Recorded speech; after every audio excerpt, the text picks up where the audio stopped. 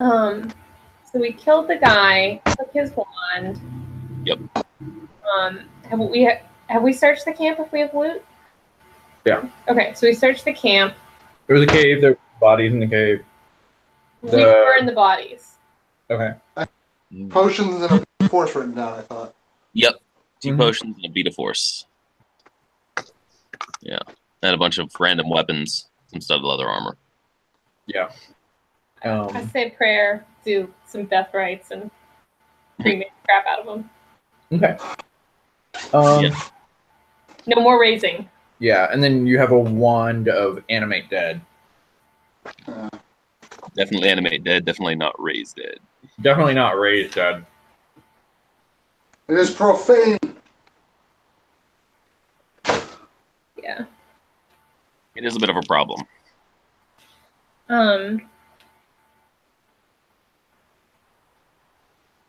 Yeah, is there anything else of interest at the camp that we haven't interacted with?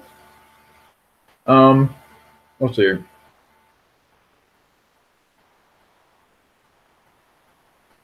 At the back of the cave, there's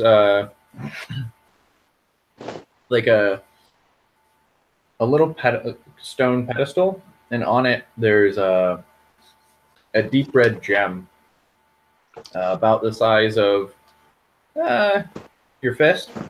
And there are like runes inscribed all around the pedestal, around the gem, and there's a corpse that's been like dragged out, that's lying in front of this pedestal that looks a lot fresher than all the others. It looks like you kind of interrupted a work in progress here.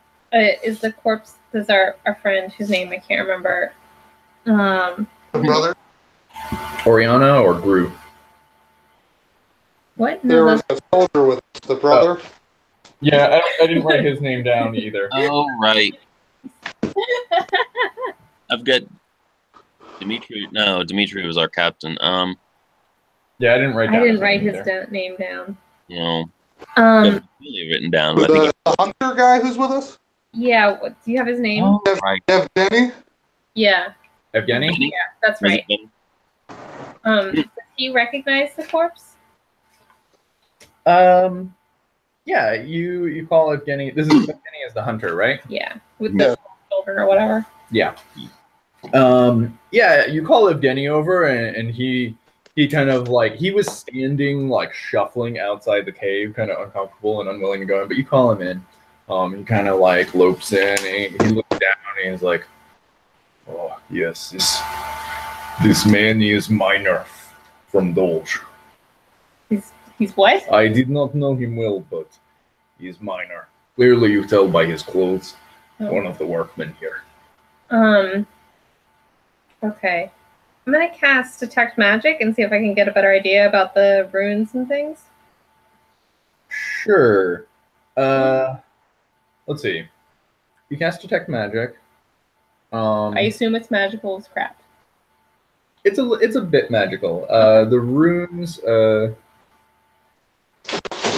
kind of have like just a little bit of latent energy in them, and then the gem itself, this red gem, kind of gives off a moderate like necromancy aura. Oh. Well, We should just pull it. Were they also? It's like just kind of traces of energy that still resides in them.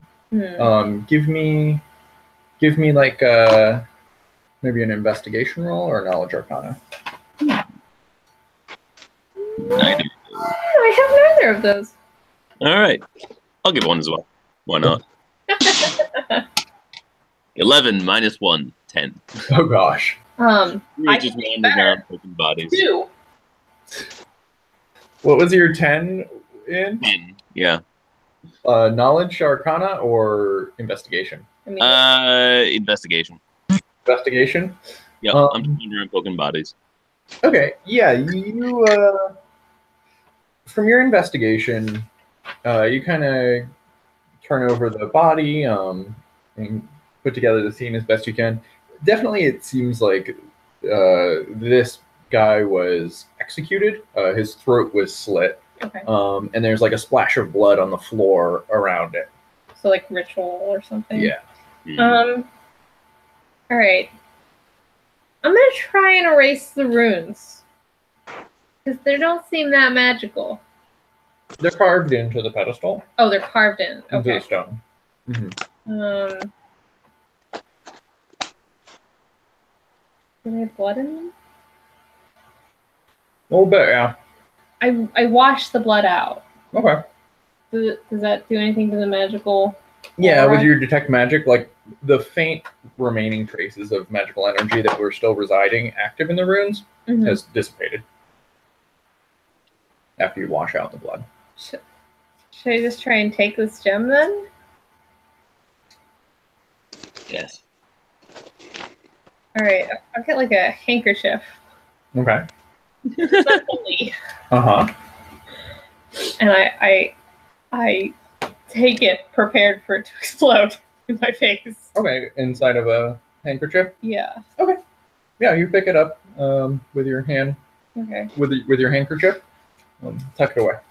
Okay. Got it. You all right?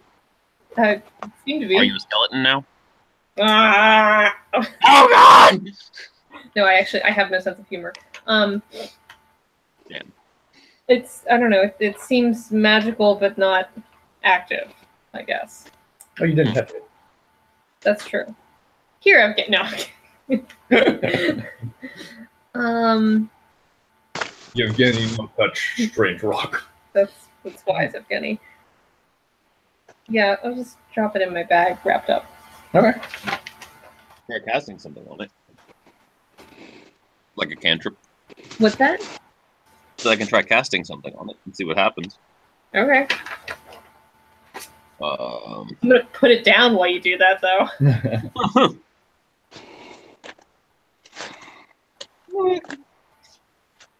Chill touch, I guess.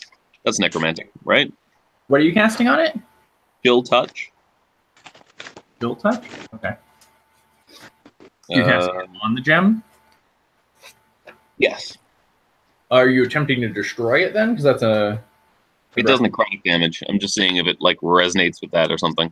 I don't know. Okay.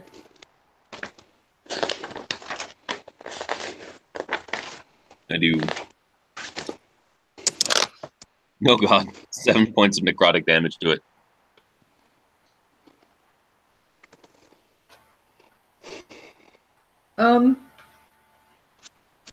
Okay, so you cast Chill Touch on it. And your spectral hand, like, grasps the gem. Mhm.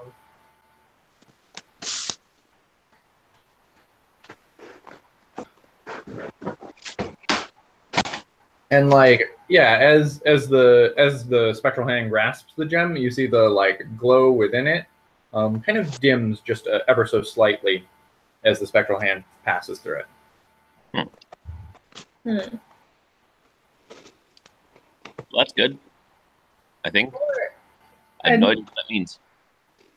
Like, I wonder if it's some way to like trap life. Like, if they killed this guy to store his life. Oh. Or something, and when you did damage, it decreased that. Oh, that's evil. Maybe we should just smash it. It's always a safe bet. We're probably gonna rest, right? It's like kind of late evening. Right. Maybe 5 or 6 p.m. getting on toward dusk. I'm gonna try casting Cure Wounds on it. Oh. I'm trying to cure what you just did. Yeah. Alright. You cast Cure Wounds on it, and as the positive energy, what do you get? 4. 4? Yeah. As the positive energy flows out from your hands, it kind of crackles across the surface of the gem, and there's like a little bit of like red electricity that seems to flow over the outside, and it seems like it disperses the energy away from it. So I actually, someone to look something up. What's that? I don't have. I wonder. It's probably on my computer. That's probably why I can't find my character sheet. It's probably on this computer that's broken. I need the Hexblade. The Hexblade stuff. Yeah. We can probably snap a picture of it and send it to you. Is that from Xanathars? Sure. Yeah. Here we go. Yeah, we'll snap a picture of it and text it to you. Does that work? Y'all keep going. Yeah, snap a picture, send it to me. I'm gonna do something real fast. I might have backed it up. As I say, I've got a PDF of Xanathars I can email to you, but Oh, that's even better. Do that because my picture's not Wait, good. don't send me. I don't. It's Oh. on my phone. I was gonna say, I don't know if you can get that on your phone very well. Yeah, it's a picture of the Hexblade portion.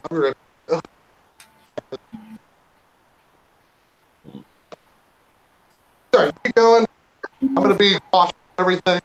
I'm also gonna scratch my mark of my Hexblade Master in amongst the ruins of the altar. Okay. Okay.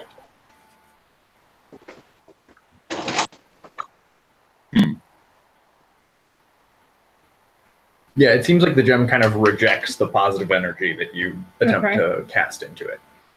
Clearly, this is an evil artifact. Yeah. Yeah, we should destroy this. We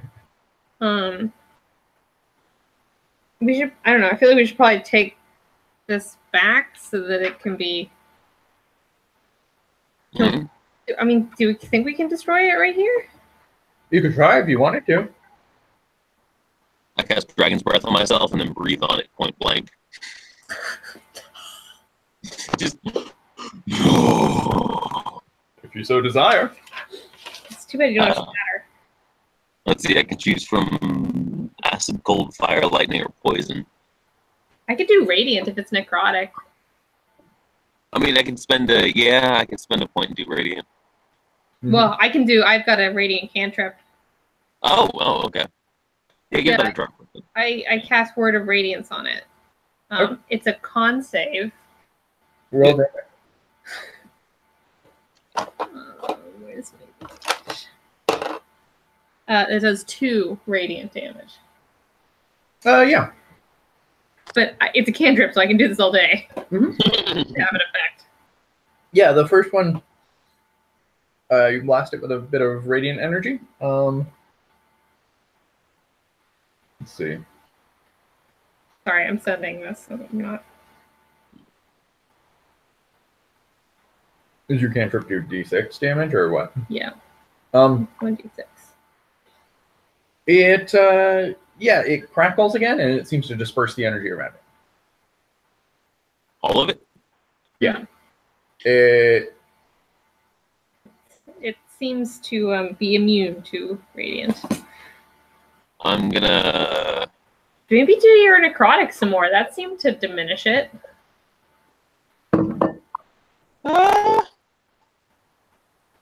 Just chill touch it. Yeah. Okay.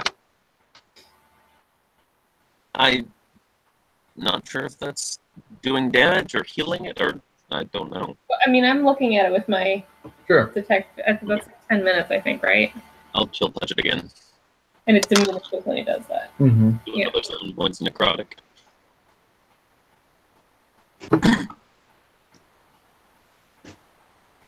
What'd you get on damage with chill touch? 7 points of necrotic damage. Yeah, his spectral hand passes through it again, and you see the light within it weaken, and additionally the aura that it's casting, you can sense weaken with your detect magic. Okay. It'd be physically unharmed. If that is someone's soul in there, I'm not too comfortable with killing it. Yeah, maybe we should take it back to somebody that can identify. Yeah, let's take it back. That I wrap it up and it's in the handkerchief and put it in my bag. Okay. Oh, Cool. we striked over this guy. Okay.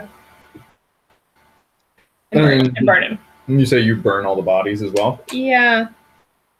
All right. To unusable ash. Okay.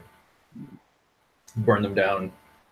I mean, if we're a cult against if we're an order against the undead, that's probably what our our rituals are to prevent the abomination. You have a what is it? You have a spell that prevents people from, or a ritual that prevents people. Does gentle repose prevent people from being? For 10 days. Okay. Yeah, so you could use that basically to ward these bodies if you so wished. But it'd only be for 10 days. Now let's give them the rest. I mean, you don't have like a kiln to burn to incinerate the bones, but yeah, you can use set fire, create a good big hot bonfire. And burn all the bodies. Burning tower, yeah. He's got dragon's breath on. He can incinerate the crap on him. Yeah, okay, if you so desire. Yeah, Yep. and you can create effectively the heats of a kiln and reduce even the bones to ash. Nice.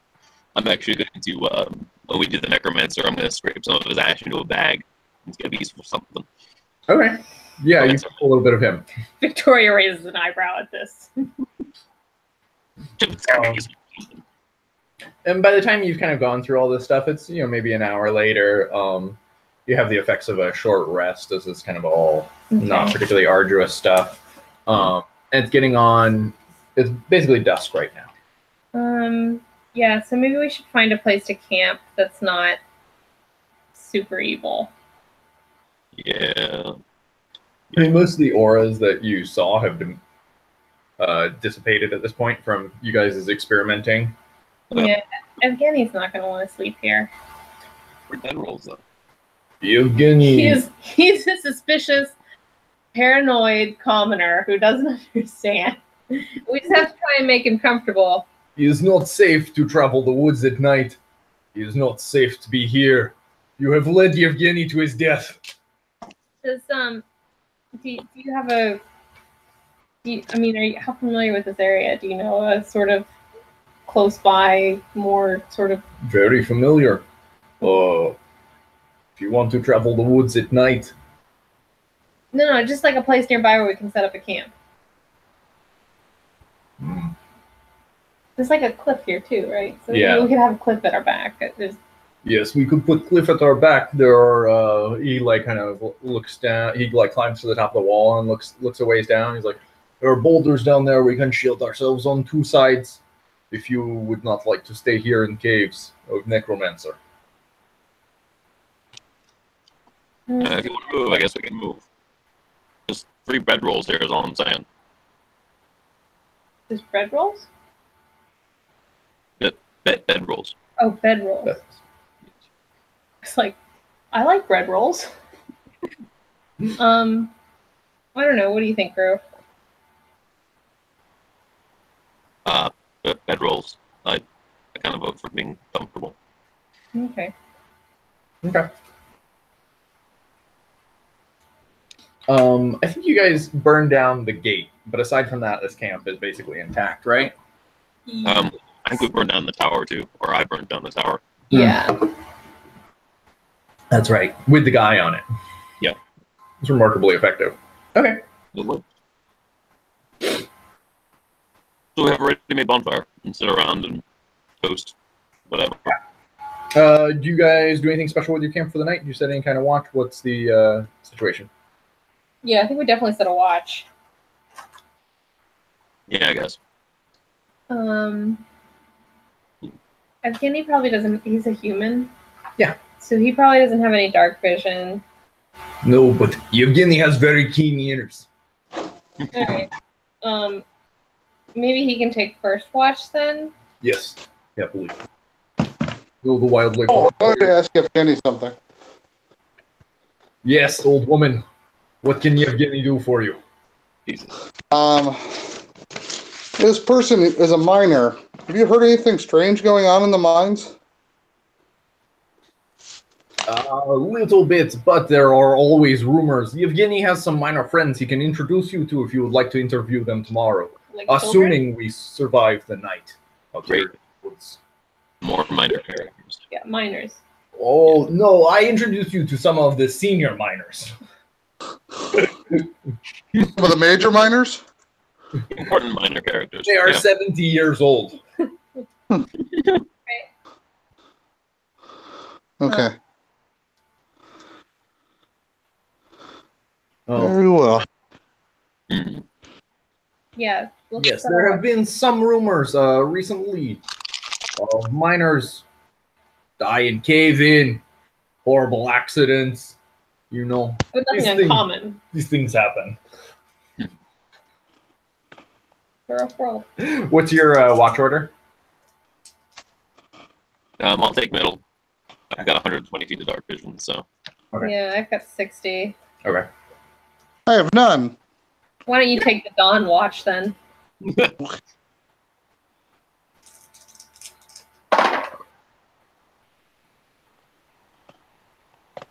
All right. Do you have a character, Jaeger? Like half. Okay. Good. You can make up enough stats to sound plausible. It should be fine. How much constitution do you have? Probably 14?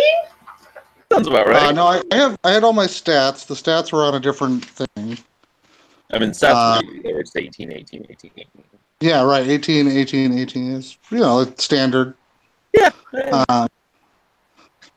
No, that's fine. I was just trying to figure out what my skills were. I know I'm an expert in deception and investigation. Right? Do you guys remember that? Yes. Yeah, I think so. And then I have history and persuasion because I'm a noble. I was trying to remember what extra language I took. Was it Sylvan? I remember it being a Shadowfang language, or it could have been Draconic. Well, anyway, you guys eat dinner and bed down for the night. And in the first part of the night, about maybe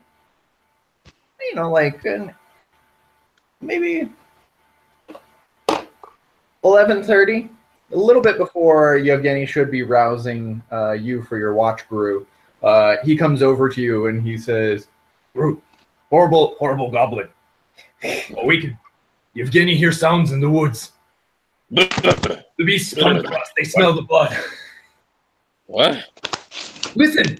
He holds up his hand, and you hear like a kind of a faint howl float. Do we all to wake you up or just Gru? over the wind? He's only roused Gru. Okay. Wolves? Quiet. You do not hear it. I will make a listen check, I guess. I don't know what he's. I don't know what you're talking about, man.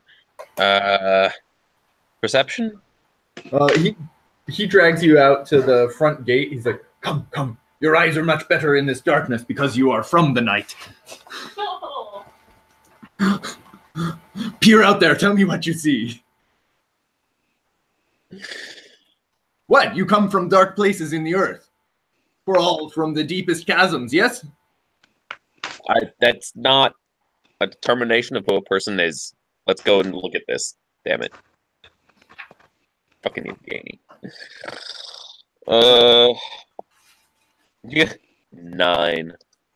My passive perception's 11. Your passive perception is an 11? 10 right? Yeah.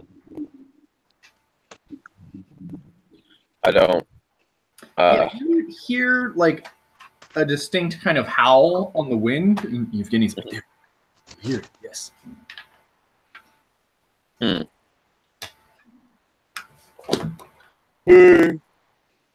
Hello? But you peer out in between the trees, and you do not spot anything. Sounds are probably fine. It's probably just, regular wolves. We're out in the countryside. There's things that make that noise.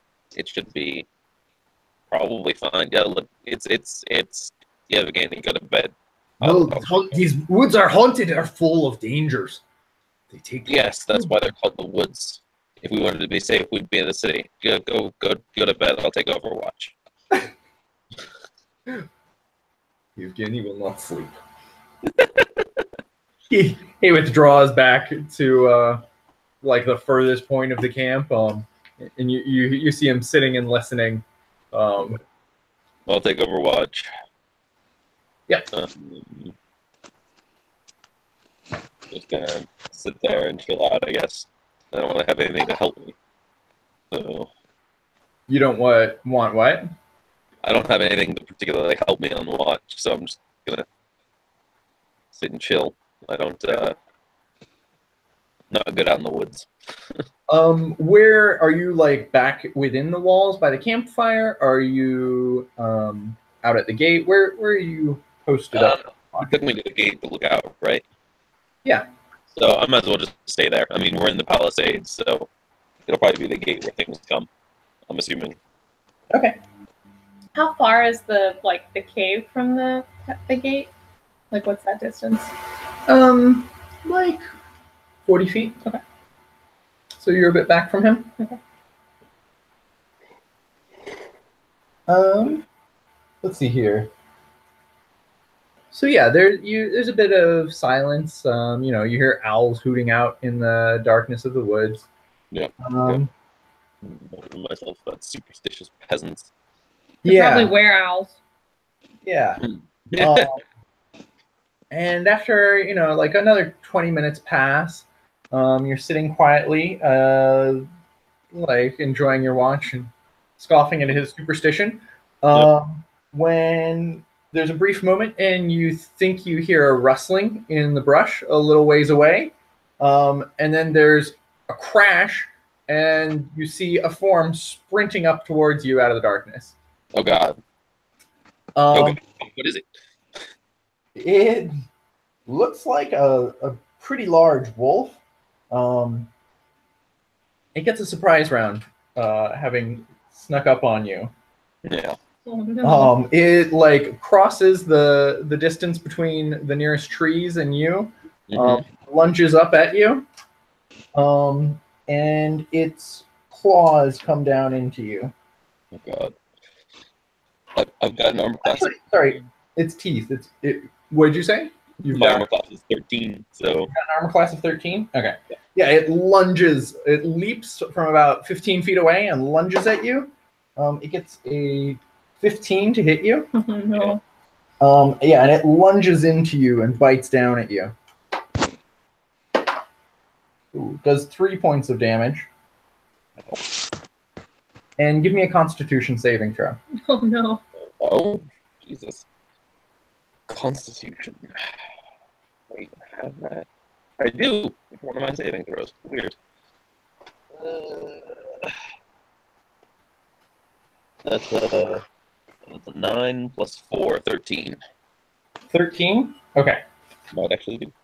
Yeah, you guys awaken hearing the shriek of, well, I don't know what kind of sounds Gru makes. You may be more stoic than that. It's, no, he's not used to speaking super loud, so it's going to be a weird sort of shriek. But he's definitely going to shriek, yeah. Yeah, you hear like a muffled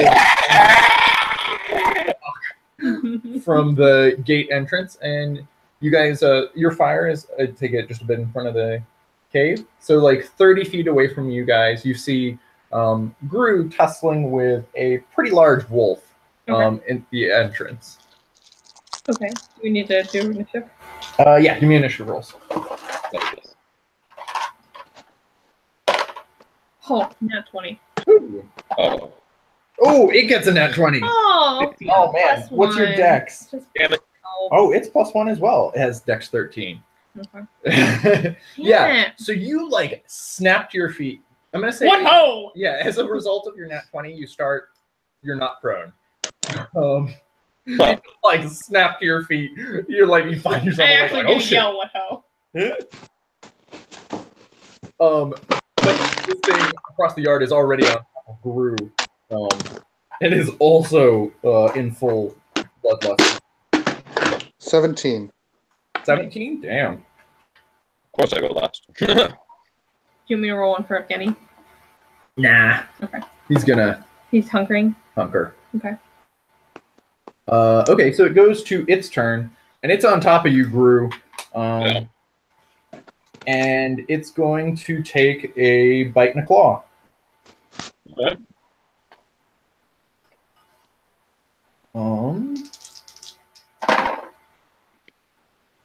See, on the bite it gets a 8, and on the claw it gets a 19.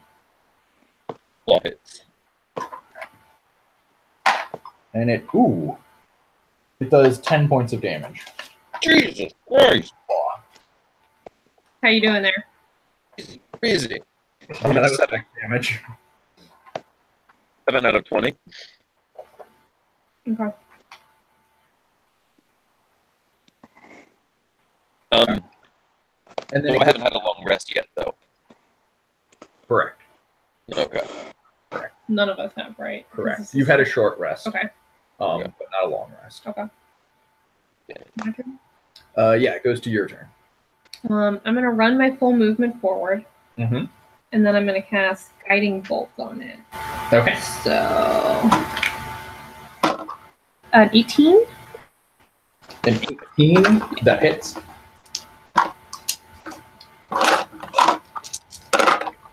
I do. Ooh, that's 12. That's 18. 18 radiant damage, and the next attack. Damn. The next attack roll made against the target has advantage. So he kind of glows. Yeah. I got 2 6s.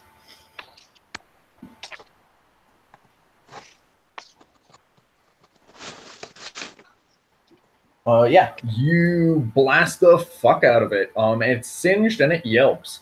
And it goes from you to Oriana. Is one creature only? Yes. Yeah, actually, can I just ask if I think my passive perception is a little higher, 13. Do I see anything? 60-foot dark vision. Yeah, you peer out beyond your camp. You don't see anything else. Okay. Okay, I spend my turn kind of standing up, grabbing my shield, and a torch to light. So I start lighting a torch on my turn. Okay. Yeah, you have a campfire, a bonfire that lights the area within the walls here. But yeah, you can stick a torch down. Can I see the creature? Yeah, you can see it. Okay. Well, maybe I don't light it. Sorry, my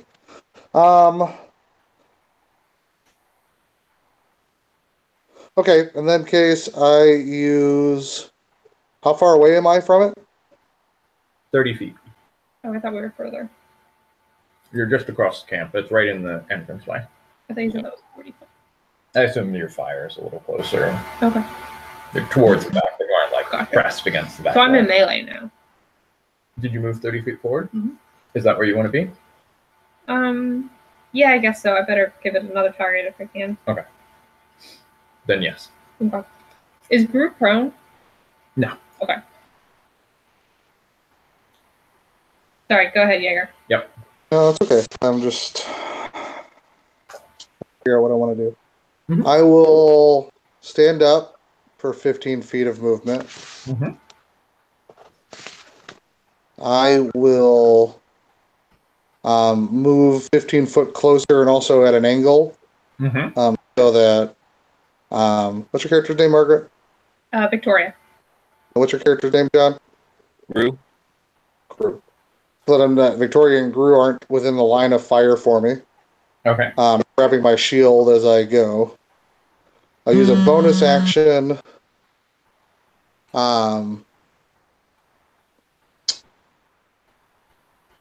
Bonus action to do a Hexblade's Curse on the creature. Okay. They're within 30 foot. Mm-hmm.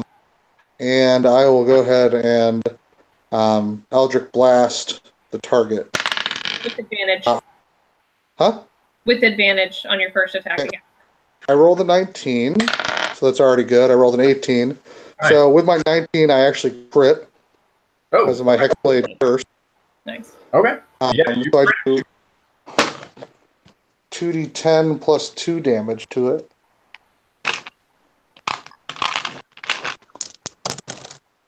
Oh, that was cocked. Shit damage. I rolled 6 on the 2d10, and plus 2 is 8 damage. So, boom. Okay. Yeah. You blast him with your Eldritch Blast, and he glances over and snarls at you, kind of beset on all sides. It goes to you, Gru. This thing is right up in your face, but Victoria's up by your side now. Yep, no, I got surprised by this thing. I'm gonna spaz the fuck out and just like a squid, I'm gonna So I'm going to cast darkness on myself, Okay. specifically so that it moves with me. So that's 15 feet of magical darkness all around me. Okay. And then I'm going to. That'll since I'm blind you, right? Huh? That will blind you effectively, right? Yes, and Okay. everything else around me. All right. And I'm going to instead of a goblin, I've got I can hide as a bonus action. Okay. So I'm going to do that. Roll stealth, hopefully with an advantage with darkness. Hold on, I gotta find where the rules are for that. Yeah, you definitely have advantage, I'm gonna say. Yeah, it's action hide, and there was it's chapter 7 that the hiding rules are in, and I don't know where that is. I'm gonna go ahead and say you have advantage. Okay, that works for me. Let's see, stealth. That's a first roll is a 19. Second roll's a 1. Okay, so I'm gonna get 19 plus 6 is 25 on my hide, and Okay.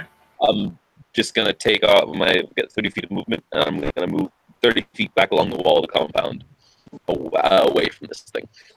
All right. Do you So towards the campfire? yeah. Don't head towards. Don't cover the campfire. No, I'm still on the. I'm trailing one hand along the edge of the palisade. So Okay. yeah. So there's So kind of perpendicular. yeah. All right. So this thing attacks me. I scream and erupt into darkness and just run the fuck away.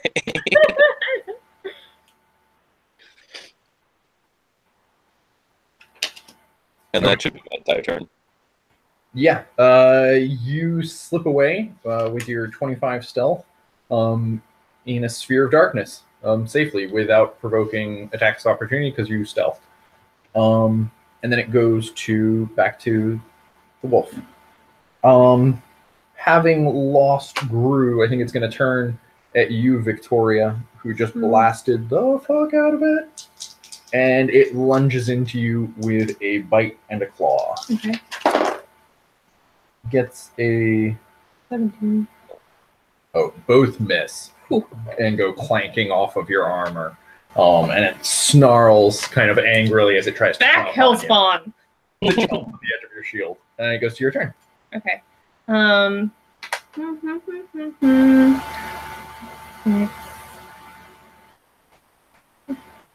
Yevgeny is like shouting and cheering in the back. Kill it! It's horrible! Do not let it bite you!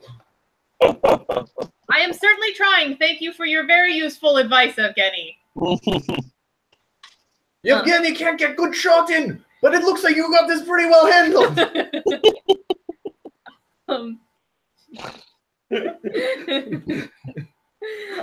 I'm gonna cast Toll the Dead, and I'll just like bang my mace on my shield for Okay. like this nice bell toll. Okay. And it has to make a wisdom saving throw. Okay. Ooh, it gets a 17 on its wisdom save. Oh yeah, it saves. And that's my turn then. Okay. It doesn't take any damage on a save? No. Okay. It's a cantrip. All right. It goes to Oriana.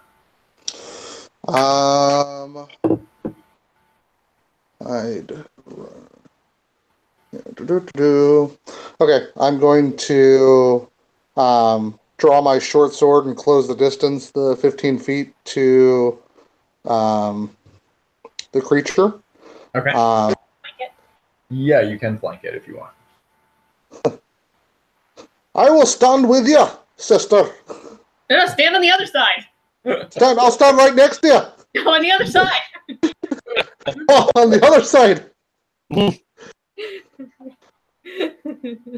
I will roll with advantage. Almost another crit. 23 to hit. Yeah, that hits. Apparently I'm confused. And this is with my short sword. Okay. He's also still the subject of my Hexblade's curse. So I do a total of 10 damage as I shank. Oh, actually, you know what? Because I have advantage. extra 2 damage from sneak attack, so 12 damage. And this is a non-magical short sword. Yes. Yeah, you said slash unhappily. all along the side of the wolf, and you see blood come down, and then you immediately see it stitch itself back up. Mm. There isn't a hint of the wound that you just made on him. None? None. Oh no. That's not good. He is, however, still badly blasted and singed from your Eldritch Blast and radiant damage that you did to him. The Eldritch Blast and the... Okay. I kind of look at it and it's a wolf? It's a particularly large wolf and mean-looking wolf. And you could swear that as you slash along its side, it looks over its shoulder at you and just sneers at you. Yeah, I kind of look at it and sneer back and say, "Leave it alone, you bitch!" Does it seem to be healing the magical damage at all? No. Okay. Okay. I guess I say that in Sylvan. I don't know if it understands Sylvan. Who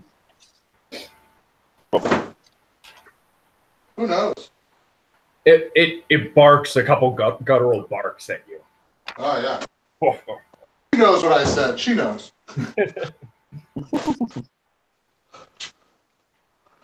And then from it goes to Groot. You are dark in the corner. Stealth. I'm going to, let's see. I'll drop concentration on the darkness so that I can see again. Okay, yeah. And I will. My last first level spell slot was my last sorcerer's point. I'll cast Chromatic Orb and make it radiant. Ooh.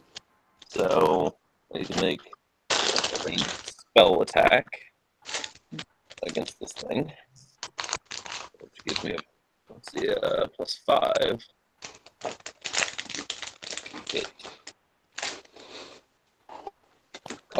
Does 14 hit it? Does 14 hit? Yes. Okay, good. I do 3d8 radiant damage. Nice.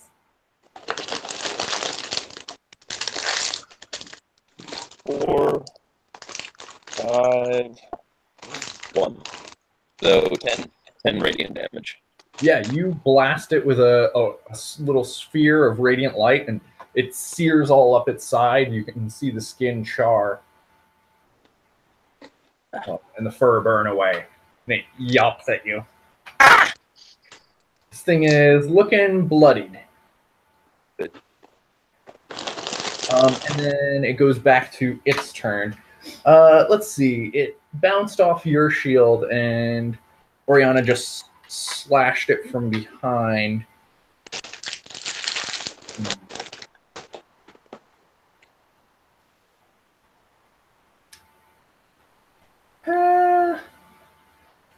Yeah, it's gonna flip around and go after Oriana. It gets a 15 and a 16 to hit you with its bite and claw. Either of those hit. Neither? All right. Yeah, you deftly dodge and leap aside. And after that, let's see here.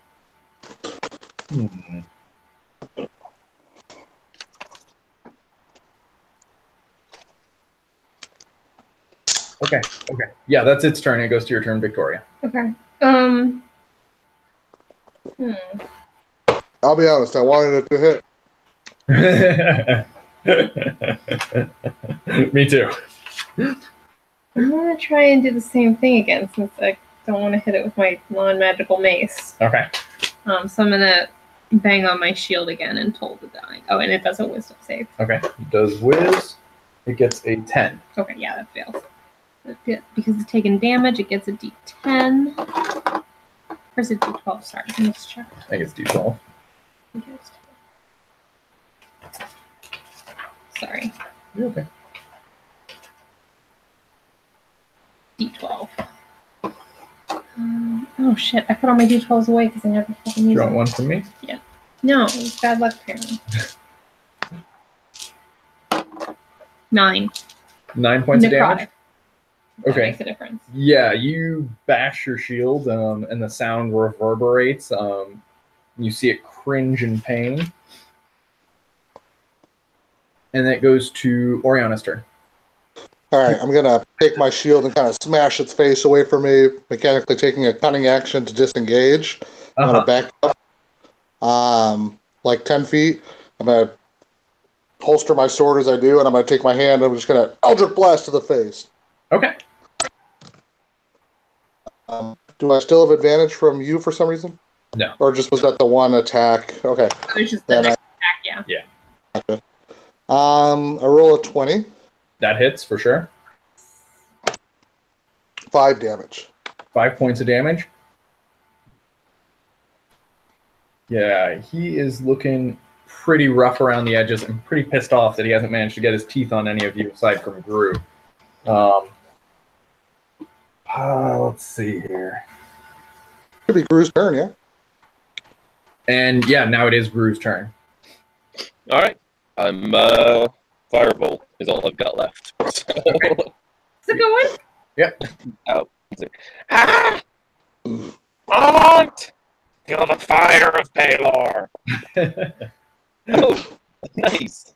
19 again plus 5, 24. Yeah, that definitely hits. Nice. That's a D10, I believe. Yeah. Okay. Yep, D10. 5 points of fire damage. 5 points of fire damage. Yep. Yeah, you crisp his face up and burn all the fur away from his face, and it's just this hideous, sharp-toothed, naked wolf face that comes biting down at you, trying to get around your shield again. Okay. 17. Yeah, he gets a 16 and a 10. Yeah, and is again frustrated by your shield. Snapping and slobbering over the top of your shield. It goes to your turn. In the name of Farlogin, back! How does he look? Bad. Burned on all sides from your radiant and fire, bleeding from the ears from your Toll the Dead. Yeah, I think I'm just gonna Toll the Dead again. That's a whiz save. He gets a 3. Oh, that's not gonna do it. 2? He is looking so weak. He's just teetering on his feet. I've left him for you. Oriana looks at the beast and gives it one last sneer, and she says, "Away with you, foul creature!" 18. Yeah, that hits. 5 damage. 5 points of damage. Yeah, and you blast him one last time, and he kind of bounces. He's so weak, he gets knocked sideways and rolls a tumble before falling still on the ground. And as he is lying still on the ground before you, you see the fangs kind of begin to retract and the muzzle begin to flatten up into his face. As soon as it drops, Gru turns to Evgeny. You see? Wolves! The woods isn't safe, I told you. And the fur begins to be absorbed back into his skin. You hear the cracking of bones. So did Gru got bitten? Did he make his con save? How do you feel, Gru? How do you feel, Gru? I a little shaken up. I got really torn up there. That's why. Why do you ask? Well, there's a naked, burned man lying on the ground in front of all of you. Oh God. Should I? Oh God, I got bit by that thing. Should I stabilize him? no. What if we can help him? What on earth are you doing? Don't waste your energy saving one of them. Just a goblin turns into a werewolf. We just put him down like the rest of them. Not the goblin, the dude. Oh yeah, it's a lycanthrope. We have them all over the countryside, you know. Do we know? Can you cure it? You've heard. I mean, there's old wives' tales about witches who have cured lycanthropy, but it's definitely standard practice of the Eye of Horus to incinerate the opposition. Okay. It'll be fine. I'll be fine. It was fine. It was nothing. I shook it off. Yeah, you're right. Can I It's do probably just kill you now and burn you. What do you? You don't know a damn thing. Standard operating procedure says we should burn you alive. You know, I'm just saying that. Can I do a medical check on Yeah, him? you could inspect his wound. I'm just gonna waver angrily away. I'm not gonna give Oriana any more ammo. No. Just abandon him? All my faith. Taylor wouldn't let Trust me, one of his faithful servants. Listen, it'll stop the infection from spreading. You know, across other peoples. Nobody else is gonna get infected because I'm not. I get a 7. 7. See, Fuck, if you could tell, it looks like he got bit by a wolf. Oriana's definitely been bit. I'm gonna go clean this, and we're gonna go back to bed and get moving in the morning. Be fine. You get the feeling cutting off his arm, if there is risk of infection, would probably resolve the issue. Yeah, let's cut off his arm. It's better to be safe than sorry.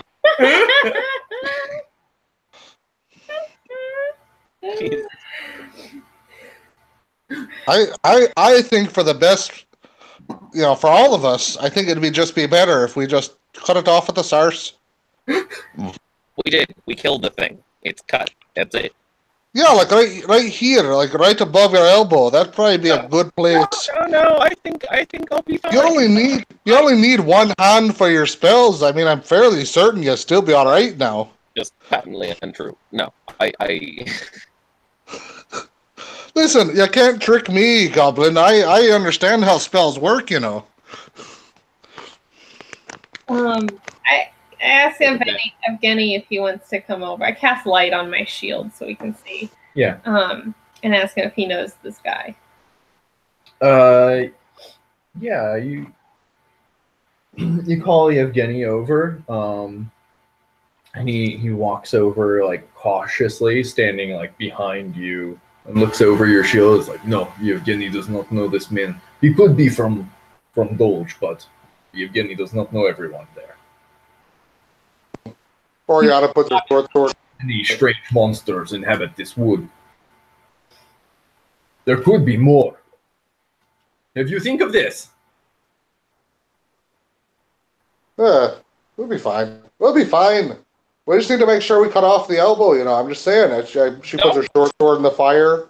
Kind of like, you know. This will be cauterizing it, I swear to you. I'm not going to be trying. Good idea. He does not want to be eaten by goblin. Already dangerous enough sleep this near to goblin. That's what I'm saying. That's what this. Nothing is wrong. I feel fine. It'll be good. All right. Get some But sleep. know this. You turn into one of those wolf creatures, I won't hesitate to put you down, you know. All right, because being a goblin's one thing. Being a werewolf, totally different. Well, you at least distinguish in your bigotry. If the upper brass can tolerate you, I can tolerate you. I'm just saying, better safe than sorry. If they were here, I can tell you, no doubt, you'd be at least at least a foot shorter on the arm there. I think I'll leave it up to Paylor. One arm less a foot, you know. Yeah, you see Yevgeny cross himself when you say Paylor. He's like, yes, Paylor, protect us from the night that encroaches in upon us. And he begins like praying and muttering under his breath, Yevgeny will not sleep this night. I think you did better. No, it's too dangerous. I have seen how you people watch. Yevgeny will trust his own ears. Gru goes back to watch anyway. It is second. What is his sanity number at? Like 4. How's he at 4 and we're at 11? Oh, high is good. High is good. Oh, okay. 4 is bad. Gotcha. For what? Sanity. Oh. Oh, that's a good point. What? Gru, give me see. Give me a sanity check. What? I didn't even know we had that. You have 11 sanity. Oh. Let me write that down somewhere. What is this? I mean, you should wait, because soon you're going to have less.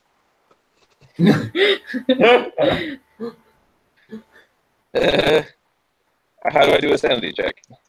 So your score is 11, so you use the modifier from that score plus your proficiency. Are we 0. proficient in sanity? I think as Acolytes of the Eye of Horus, you are proficient in sanity. Neato. Okay. So I've got a plus 0 since it's 11. And then plus 2 from your proficiency. And then 2 proficiency. Okay. Let me roll a sanity check. Natural 20. Ha! Nice. Natural 20? Natural 20. You know, when you were back in the wizard's laboratory, you saw much more hideous monsters than this. Right. This is shit. This doesn't even break top 10. Oh. I am, it In might just be the wizard torture speaking, but I am the sanest motherfucker in this room. In fact, you feel your resolve bolstered by having faced down the darkness all around you, and your sanity goes up to 12. Nice. Nice! You are the sanest now. I am the sanest. Call me Aladdin. I have one other rule I want to implement actually as well to experiment with, which is I want to say that you guys can award each other inspiration because I always forget about it. And if we all have the ability to award it, maybe one of us will remember. Okay, cool. And I also want to say you can hold more than one. You can hold 3 inspiration points. Is there Instead any of limit to how long. much you can award You can award 1 at a time. per session? Let's not. No, let's say put no cap on it for now. I trust in you. I award you both inspiration. I'm gonna retain veto power unless you can explain why. They inspired No. me. Okay.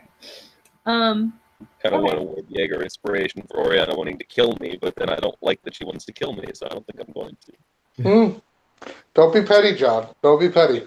Don't feel like I should be rewarding, Separate yourself from the character. don't feel like I should be rewarding that type of behavior. That's just not right. Hey, just saying. I acted as my character would. That's inspiring. That's what you get inspiration for. I acted out my flaws. I don't know. Just wasn't. Let's go back to bed then. Yeah. Is it my watch? I can take over watch. Yeah, it's your watch. Yevgeny refuses to go back to sleep.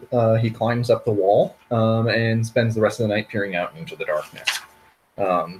You have no dark vision. I yell at him. I roll my eyes at him. They glow slightly because I'm a tiefling, so. If you have Jenny staying up the whole night, I just sleep through it. Okay, yeah, you just sleep through, trusting in Yevgeny's ears, and you guys pass through the rest of the night without further incident. Spell slots. Do you have the eraser over there or no? It's on the table. It's behind the. Thank you. Sorry. Yeah, and then you guys wake up the next morning, rather refreshed. Do we all feel refreshed? All 3 of us? Yeah, why? Well, I mean, for Yevgeny. No. Yevgeny is exhausted. Drew surreptitiously checks his wound before wrapping it up. Yeah, Brew, you look down at your wound. It appears to be healing up, pretty well. You got bit by a wild animal, but it looks okay. Can I clean it out? I did. Okay. You can get a regular infection, not just lycanthropy. I think I'll be alright. I want to check out the body now that it's light. Of the werewolf? Yeah. Yeah, it's a naked man who's like, I mean, he's a little on the hairy side, but aside from that, it basically looks like a normal naked man. No distinguishing marks at all.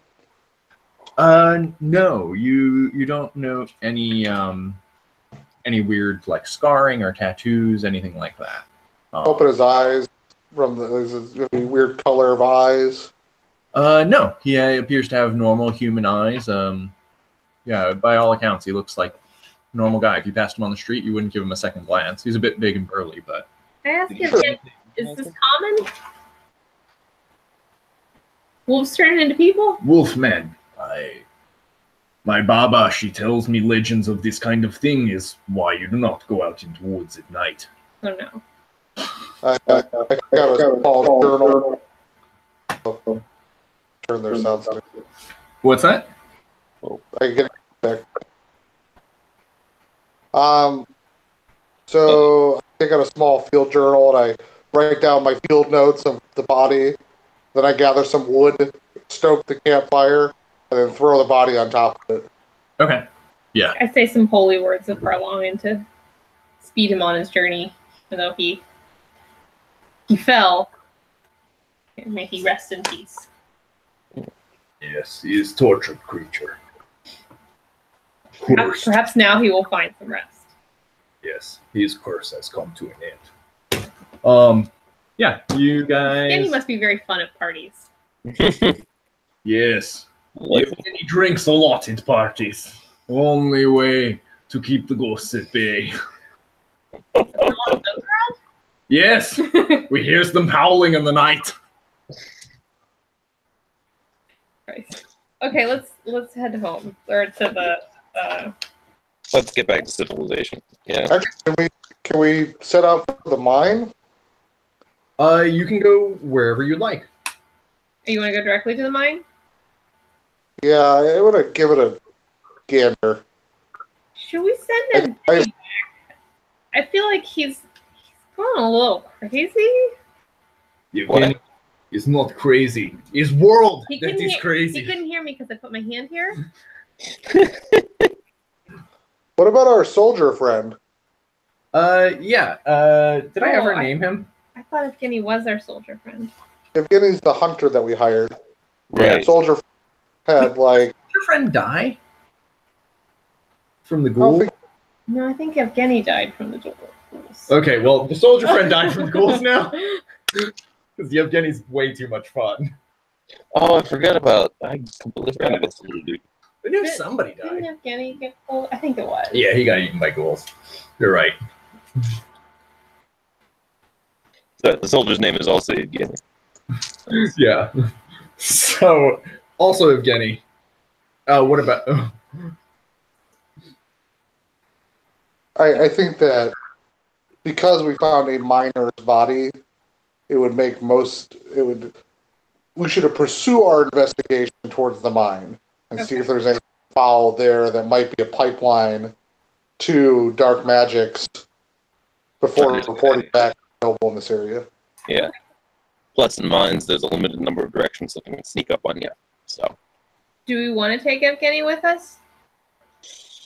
if we know the direction the mine is in, he's probably more of a liability than anything. Yeah, you can locate the super mine. crazy. Yeah, I don't like him much. Oh. I Sorry. like him, but I don't really trust him. Yeah, a little bit of A, a little bit of B. Don't really like him a lot either. We should send him back with news of I feel neither one way or another. It's not like the eagle cares for the ants. Okay, let's send him home. Jesus, You only say you hate Evgeny because you are a hideous burned child. Are you? What? I He take is some Evgeny. sort of badly burned Albanian boy. I take Evgeny to the side, and I kind of like try and talk him down a little bit. And I'm like, no, listen, you've done your part. You should bring back word. Let them know so that they know what's happening here and that we're heading to the mines. You got like 14 mouths to feed or something. Who should Evgeny tell? The lady or Countess. Countess Daria. Yeah. Okay. Evgeny will go to Countess Daria and tell her that I don't think that's the wisest course of action. You don't want to tell her? She seems No, trustworthy. She's a noble woman who's part of our noble order. Yes. Yeah, let's hold off on or just Yevgeny, go back to your family and have yourself a wonderful dinner. Tell them of the adventure that you've had, and that you here take this. And she takes out like a gold coin, and like, thank you for your services. Yeah, Yevgeny. Appreciate all that you've done for us, keeping us safe at night. He thanks you profusely. He's like, "Well, thank you. This is worth endangering Yevgeny's life. This will allow my family to eat for a month. Thank you." And he gathers his things and gets ready to break camp and head back towards his home. Before we move on to the mines, we still have some of the loot to distribute just so somebody has it. There's a potion of superior healing, a bead of force, and a potion of diminution and studded leather. Does anybody particularly want any of those things? I can't wear the studded leather. Okay. Yeah, give a bunch of diminution to the small thing. No, that seems like a bad idea. Yeah, but you get smaller. But why would I want to be even smaller? If you have to sneak down into a crack in the mine. I guess. Right, like if we take it, we just get small. If you take it, you get tiny, right? That's true. All right, I'll keep it. Why not? What does a bead of force do?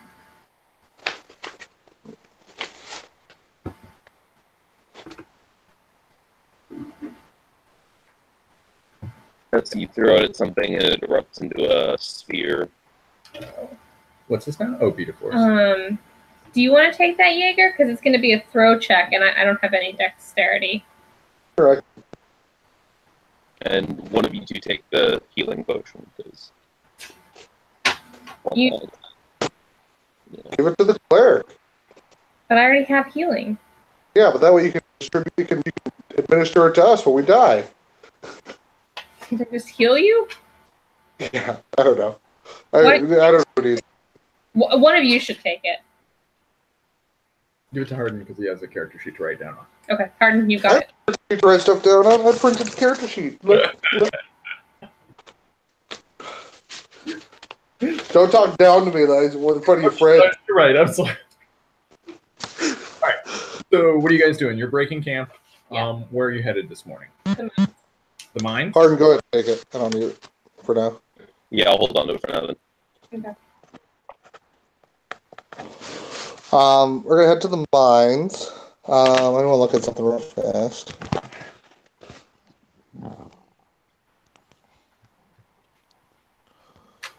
Yeah. So you guys head back towards town.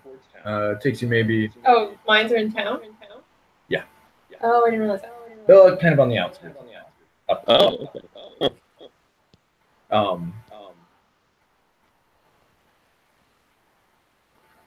Yeah, up the mountain a little bit outside it. Okay. You head towards the mine. You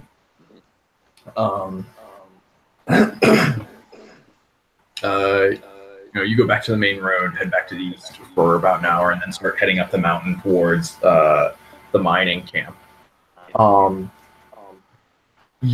As you're ascending the road up to the mining camp, there's carts that are heavily loaded with metals and ores that are being. Hold on, I gotta reset. I was gonna say I heard you echoing there for a minute. Did he say hold up? Yes. Yeah, he's gonna reset. All right, cool. He was on to echo. It's currently a working mine, though. Yes. Okay.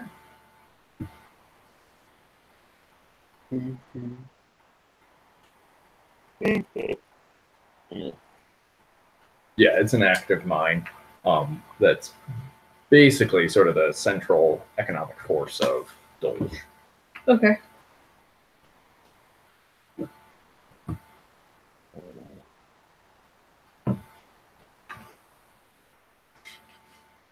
Glad you got to bite somebody. Thank you for that. If I actually do turn it over, it's gonna be. Oh god. Now you can see my face for real. There we go. Hey, nice. Yeah, so you guys, after about an hour, take the the side road that heads up towards the mining camp. As you're going up the road, you see carts that are loaded with big crates full of ores and metals, open like wheelbarrow or like open carts that are bringing down stone and ore. They're all pulled by like pretty sturdy little donkeys and guided by villagers who look like they are working their fucking asses off in the mines. You head up and enter the mining camp. So as you approach kind of this little shelf, there's or plateau. There's a mining encampment. That's basically a little village that it looks like all the workers that actually, as we're on the road, we see some of the people kind of like pulling cart and ore out. Yeah. You there? You mining these mines here?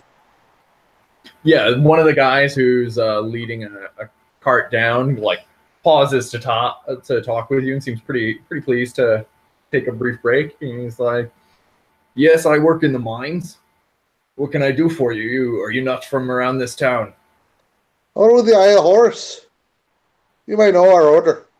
You see his eyes like dart down, and he's like, "Oh, it's a pleasure to be in your company. What can I do for you?" And you see his eyes kind of dart back up and look across like your tunic for any kind of insignia or anything. Is he doing this out of deference or out of fear? Either one's good. No, they're different things. A little bit of fear. Should I roll? 19. 19? Yeah, like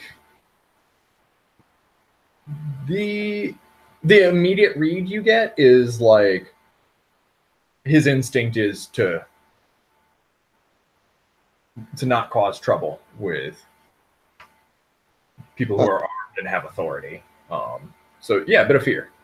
All right.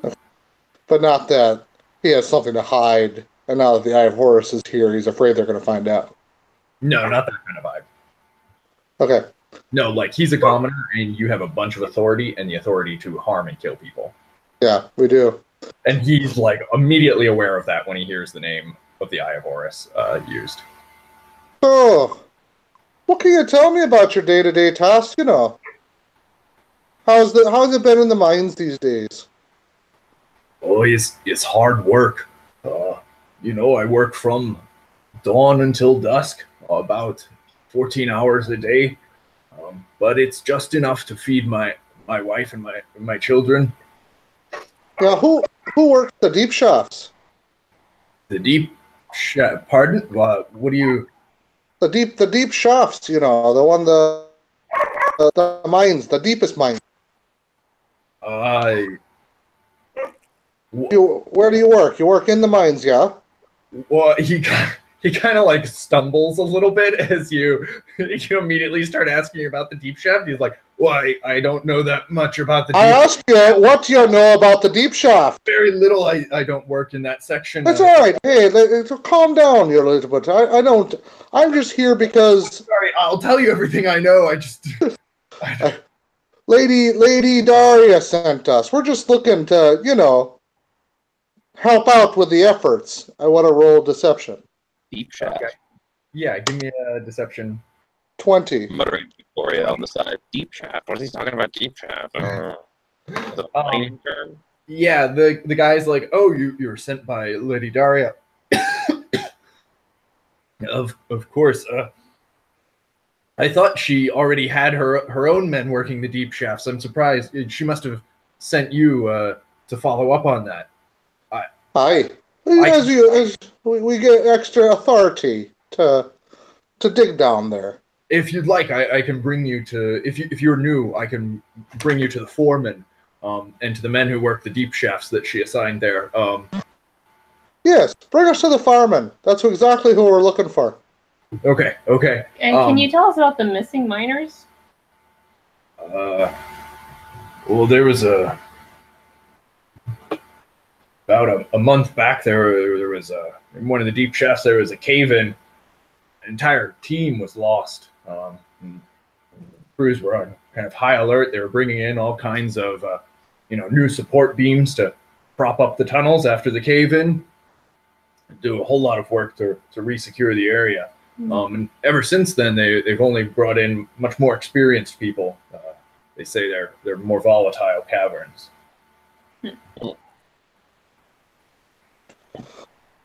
Very well. I mean, I can't just leave my cart here. No, you're right. You there? You could call out to somebody else on the road. Yeah. Sure. We can just have directions. Where's this cart going now? It's going down to the processing facilities to be fired. You there? Bring this to the processing facility to be fired. Yeah, this 13-year-old boy trucks up. He's like, "Well, you see the older guy like, they're with the Eye of Horus. They've been sent by Lady Daria. Just do as they say." You see the kid comply, and he takes the bridle of the donkey and starts leading it on down the hill. This guy looks around at you. He's like, "I'll be happy to take you up to the foreman. And if there's anything else I can do for you, I'd be happy to help." And he turns and begins to lead you up the hill. Let me grab my notebook for one more thing. Thank you, minor character, for all your help. He's minor, so helpful. Yes, how did you know my name is Mindror? Very common name in these parts, Yes, I would say about 80% of my friends have this same name.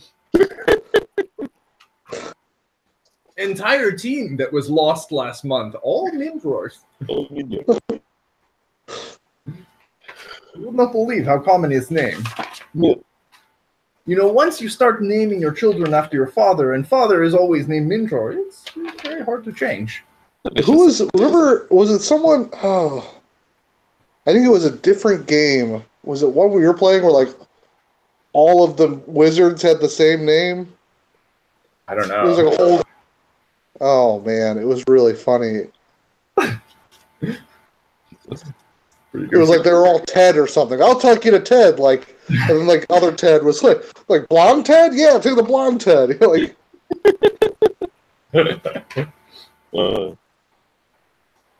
That's silly. It was silly. Yeah. So Mindror takes you up the rest of the slope.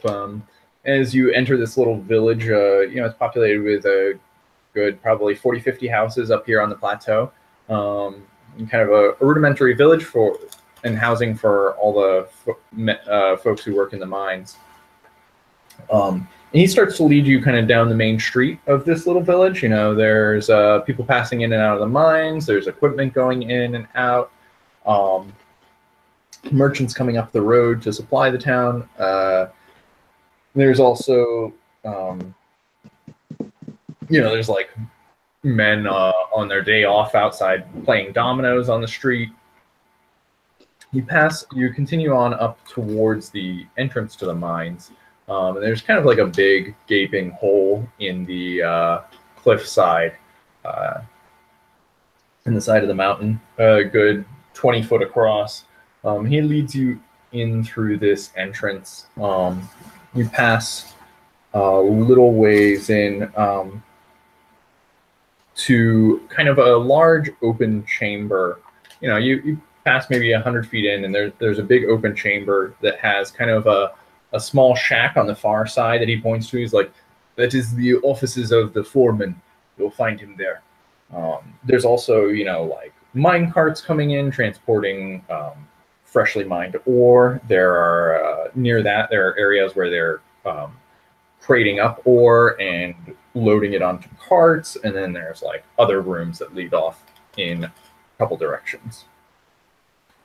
Do you recognize any of the men that work in the deep shaft? Oh, no, I don't really know any of them personally. Very well. I thank you for your help. Go back and make sure you see to your ore being smelted.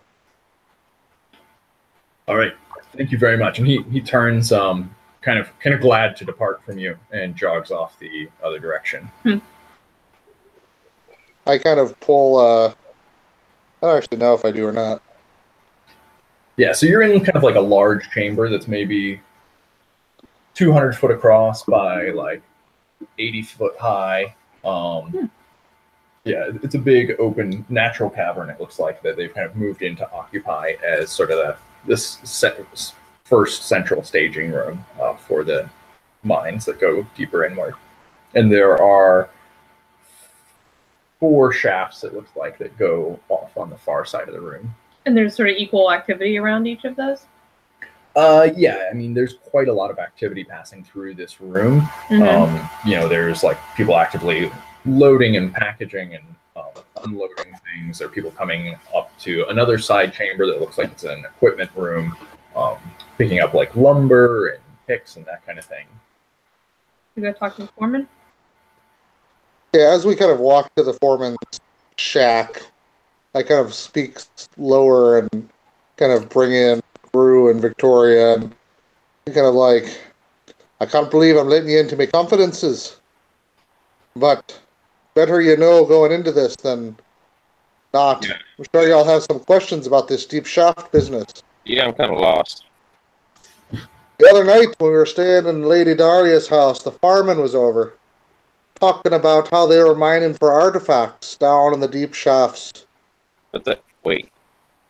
Mining for artifacts? Aye. That one of the artifacts had gone missing now. So like natural artifacts? I don't know. All I know is that what might be going on here may be a cause of this mining. Well. Okay. Well, that's silly. It is, but best be on our wits, because if this fireman's in on the process, could be not an ally. Okay. Maybe George. It's Olga. George Foreman? Yes, it's George Foreman. Sold. I mean, George Foreman did name all of his children George Foreman, so it's not necessarily the George Foreman, but possibly George Foreman. Yeah. Another 20% of people that are Minders. Yeah. Yeah. And they all become foremen. Yeah. It's like sort of the noble class is the foreman. It's a very cast bit. Could his name be? Could he have a buddy named Red who's also a foreman? So what are you guys gonna do? We go to the foreman. Head up to the foreman's shed. Yeah. We're here to investigate. Yeah, you head right up to the foreman's office. The door is closed. As you approach, you just knock. We barge in. We're important. Barge right in. Victoria probably doesn't barge in. Gru is gonna lurk back around the door. Okay. I'll let Victoria kind of barge in, and I'll wait until I need to make an entrance. I'll stand in the doorway. I knock and don't wait and just open it. Okay. Yeah, you kind of rap on the door and then open it. You walk right in, and there's like kind of a main office room, and then there's another doorway that leads back to another room. And you see George Foreman sitting at his desk. And the moment you barge in, he stands up. He's like, "What the hell is this all about? You can't just walk in here." Spot inspection on whose authority? This is my mine. I flash our order of Aris orders, but really quick so you can actually read them. Catches the symbol as you flash it at him. Give me a deception check. Oh yeah, I'm good at that. Yeah, I kind of echo the background. Yeah, Eye of Horus. That's where we're with. I'll aid another. I'm gonna say it can be either deception or intimidation, depending on like which of those you think you feel. Can I aid her to give her advantage? Sure. Yes. Okay. Good. I got a 10. A 10? With advantage? Yeah, I rolled a 5 and then I rolled a 4. Okay. God. Yeah. George gets up from behind his. Georgi Foreman. Georgi gets up from behind his desk, like practically rushes you at the door, stops you, like 5 foot inside. He's like, "Look, this is my operation. You can't just come crashing in here. We're like, who do you think you are? I understand you're the Eye of Horus. You think you're a bunch of big shots, but this is my business right here." And he kind of halts you, just inside the doorway. Question: is this voice familiar to me? It was the foreman that was speaking with the Countess when you overheard them, right? Is it okay? That's all I'm asking. Yeah. I don't know if there are multiple 4 men. Yeah, I mean, it's like, it's familiar to you. You think this is probably the guy that was speaking to the Countess that night. Mm-hmm. Well, I'm sorry to have barged in. I know my compatriots are as well. The Countess sent us. The Countess? Said you were having some difficulties with the deep shaft. Kind of give him like a wide eye, kind of like, you know what I'm talking about. She said you came over the other night. Was speaking to her about some problems. She sent us here to make sure everything was on the level. He looks over at you. He's like, "The Countess sent you.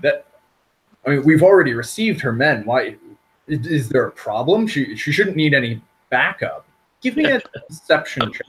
I'm gonna aid him. I'm gonna poke my head around the door and slurping something noisily out of a canteen.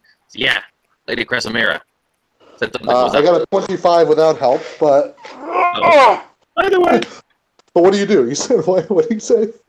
I poke my head around the door and I'm just staring at him and slurping something out of a canteen. Oh God, what is that? Lady This here. Yeah. This here is one of the mining goblins. You ever might have heard of them.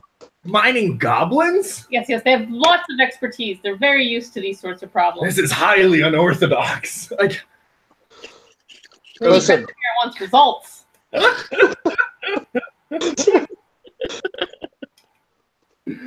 Listen. We're here to get in and get out. We're not trying to cause any gumming up your operations now. The faster we can get in there and make our inspections, the faster we can get out, and y'all can get out with your normal operations. Yeah, he rolls a natural 1 on his insight against your 5. And he's like, look, okay, fine. Is there something wrong? Is there something that the Countess is concerned about, that she sent more after? Listen. I already told her that we're addressing her concerns. Listen, if there was something wrong, I would know once I seen it. But I can't be telling you there's something wrong before I go down there now, can I? I'm concerned. I want the Countess to be happy. We're doing everything in our power to excavate after the cave-in and to... Listen, we all of us, the 5 of us here, want the Countess to be happy. It's my head just as much as yours if I don't do my job right. Look, we're investigating it as quickly as we can, but the team we lost the other month, there was a lot of manpower to lose. And can I? The Countess is worried about that. The Countess wants the Countess to be happy, which is why she's sending extra people. Can I do a quick glance around Kaiser Soze, the room, real fast? And roll investigation. God bless you. Looking for anything out of place? Yeah, well, like Kaiser Soze, he was able to kind of like pull like things from the room into a real story. So I'm looking around the room and see if there's anything that's like. I want to Kaiser Soze the room with a quick investigation check. Like, is there a portable grill? Yes, there is a small coal grill. It looks like it's a specialty piece made of cast iron, just in the corner of the room across from the desk. And you can see his lunch of like Paninis. Like borscht and sausage sitting on the desk. He was in the middle of eating when you came in. Yeah, you glance around the room. Give me an investigation check. 14. 14.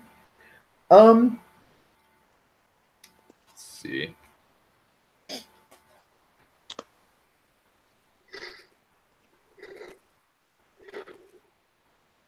You can see that there's like on his desk, there's his lunch. There's also like a bunch of ledgers off to the side. The ledger is open and like there's a pen sitting. He was clearly in the middle of a working lunch. And there's also like a whole bunch of papers scattered across the desk. And then there's another, aside from that, there's the Georgi Foreman grill where he cooked his lunch. And then there's another door that leads to a back room. Aside from that, that's kind of what you spot in the room. Mhm.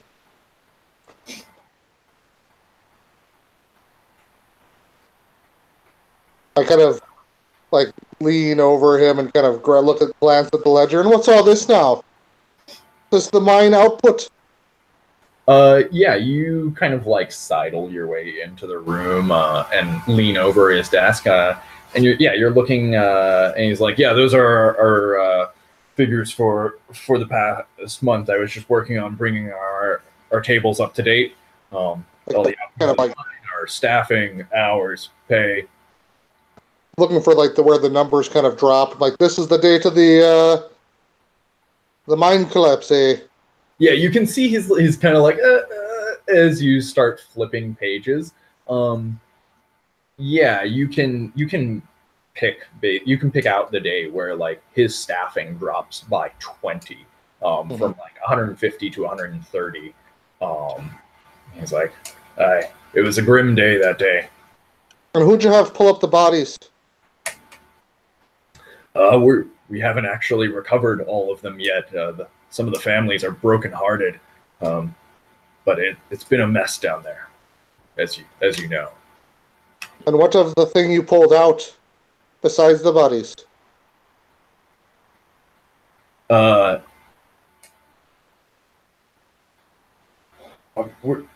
We're doing our best to dig deeper, but well, as you know, our own men were spooked, so that's why the Countess sent her specialists to follow on. They should be able to tell you more about that than I have. They're all down in the mine now, or there's some up at the camp? Honestly, I've been trying to keep my nose out of that business best I can. Seems like the Countess has some of her own men on it.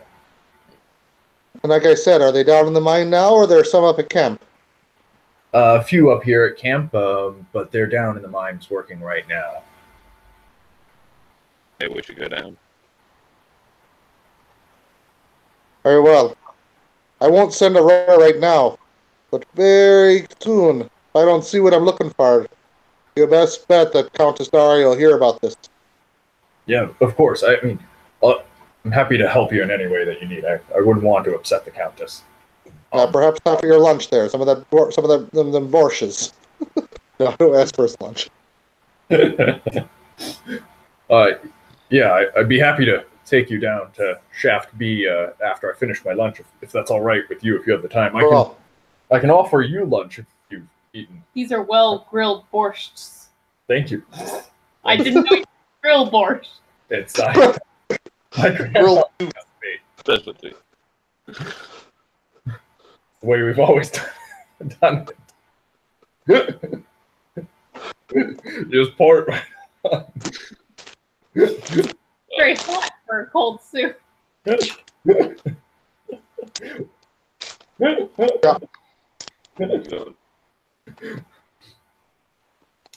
Yeah, he offers you something to eat. If you're willing to sit down and have lunch with him. Brief lunch. Yeah, okay. Keep drinking out of the canteen while staring at him, just unwaveringly. Yeah, it becomes really brief with how uncomfortable he is with you staring at him. You see him basically just shovel down his meal, and he's like, "All right, well."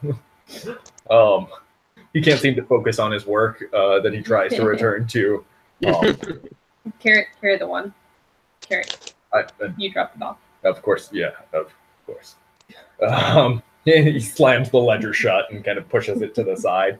And after you guys finish eating, he stands up and get ready to take you down deeper into the mine. Okay. You guys head out and follow after him. He leads you out of his offices and off to the left and down a shaft that kind of, passes maybe 200 feet and curves around. He heads you past a T intersection. And actually, as you're heading past this T intersection, from up ahead of you, you hear some shouts and some screaming of men. Is this standard practice? And then clattering. No, I mean, the sons of bitches. These miners are unruly. You know how it can be with the common folk. And then you hear some clattering, and then you see a guy come running up the mine towards you guys, shouting, "Help!" Does he look wounded? No, he doesn't look wounded. Okay. I run forward. Yeah. See, he's like, "I don't think it's got Grigori! Oh my god!" And he goes, Grigori Foreman? "No, Foreman, Grigori Mindrar." Yeah, I run forward to see what. Yeah, you go sprinting up the direction that he came, and as you do, like another 3 or 4 miners come sprinting past you out of this chamber. You go running up into another chamber, probably half the size of the last one you were in, maybe 100 by 40? Yeah, 100. Yeah, 100 by 40, and with much lower ceilings, maybe 20 foot tall. Okay. And in this room, there are 3 pretty large pits, about 20 by 20, carved into the floor, and you can see like workers, like frantically scrambling out of these pits, and one of them, some of them like helping their buddies get hefted up out of these pits. Mm-hmm. Yeah, that's the scene as you enter it. And actually, why don't you give me initiative rolls just so we can place in order to the action. Georgi Foreman has run up. They're running up. They're coming up out of all the shafts. There's not like one shaft that's clean. They seem to be pits. They aren't shafts. Oh, okay. Per se. But they're coming out of all the pits. Yeah. I think a 13. A 13. Okay. What do you guys have? 10. You guys have run up with Victoria? Yeah. I keep pace, yeah. All right. I got a 6. 6. Sorry, I just gotta flip my pages here for a minute. 13, 10, 6. What did I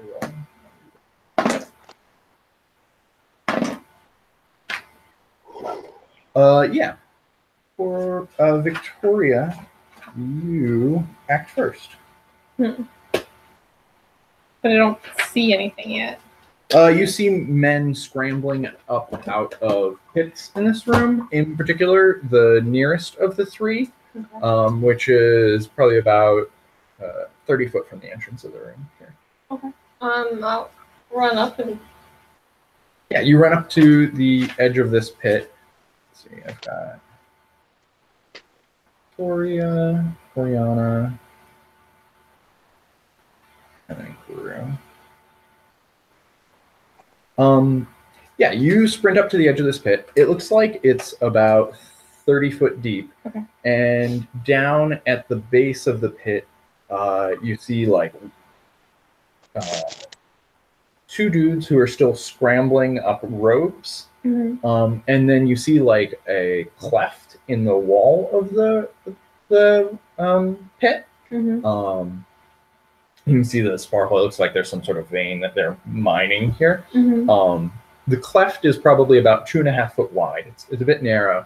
And you see a guy like inching sideways, getting out of the cleft, and then you see like a thick black kind of slime wrap itself around his shoulder.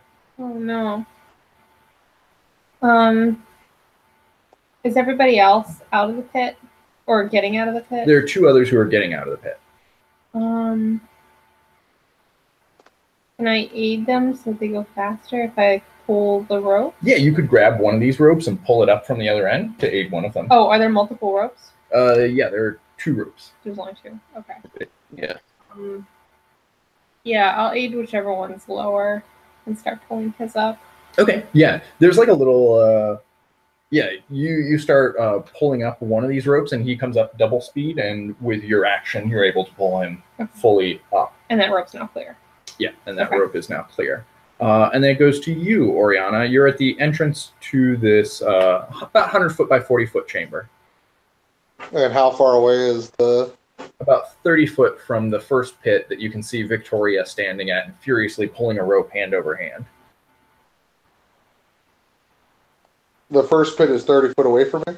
Yeah. So...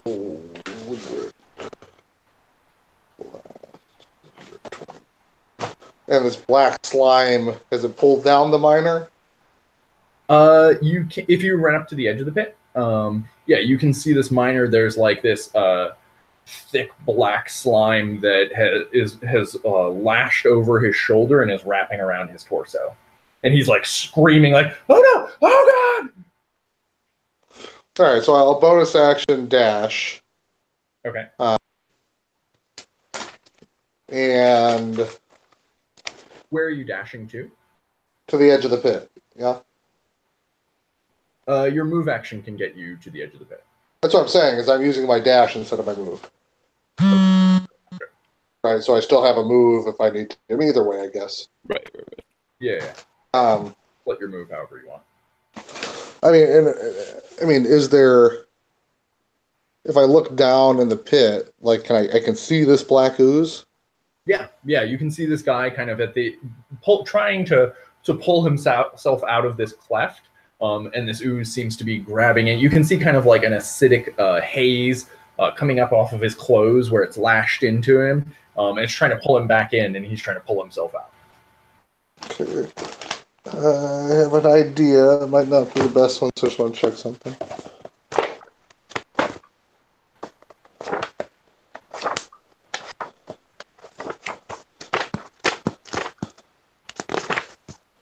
B.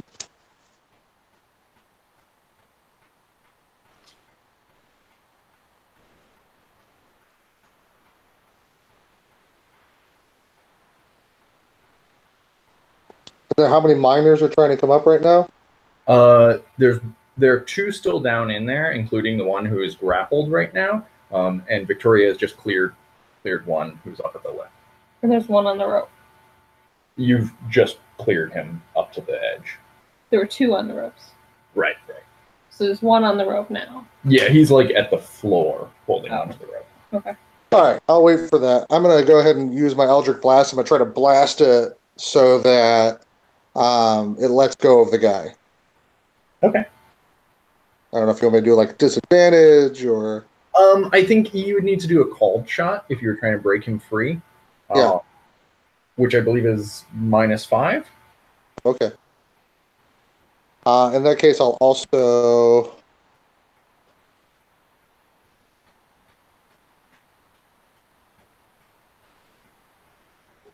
That's fine. Okay. Yeah, all right. -5. I got a 10.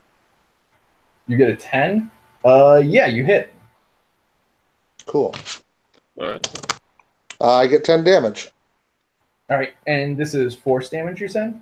Eldritch Blast, force, I believe. Okay.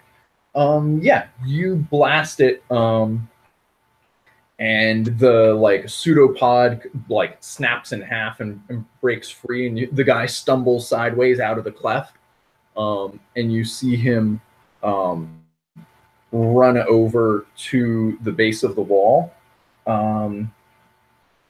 Climb, you daft idiot! Climb! Yeah, and he immediately begins like climbing hand over hand. So he's got 20 foot of movement, and then he can climb another 20. So he can move 40.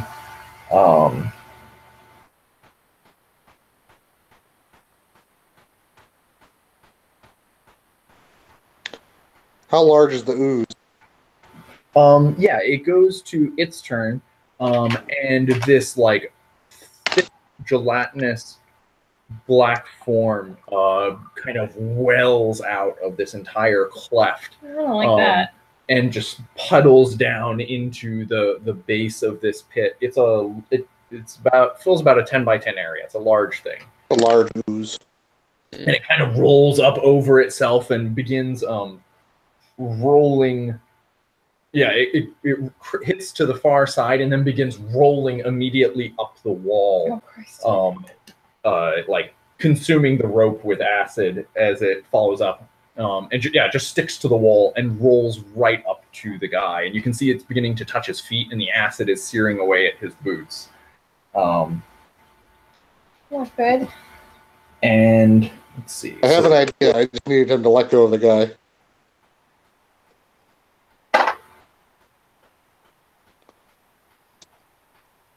All right. And then it goes to your turn, Gru. All right. See, how far away am I from the pit? You're 30 foot away. 30 foot. Okay, so I can reach the edge of the pit. Yep. With movement. It's is it just the three of us? If everybody else is running away? Yeah, the rest of the workers are basically in the process of clearing away. The foreman runs up to the edge, and you hear him curse behind you. Okay. Not again. Oh. They're kind of like a fuck, this is crazy, or like fuck, not again. Fuck, not again. You hear him say shit, not again. Oh, Jesus. This is not the first time they've been attacked by acid oozes, apparently. In which case, I'm going to turn around to the foreman. He's right behind me. Yeah. I'm gonna tell him, all right, time to be part of the solution. And I slap him on the back. I'm gonna cast Dragon's Breath. It's a bonus action to cast, and I'm gonna expend 2 sorcery points to use Twinned spell. So I'll cast out myself and him at the same time. Oh. It'll be fire damage. Yeah. And I'm just gonna, all right, follow my lead. And I burp and all over the ooze. Yeah, you see him like, what? Oh. You belch fire breath down the wall at this thing, did you say? Yep. Okay. Yep. It's a 15-foot cone, and the thing's gonna make a dexterity saving throw. Okay. Okay, it makes a dex save. It gets a 3. Ha. All right. It takes 3d6 fire damage. All right.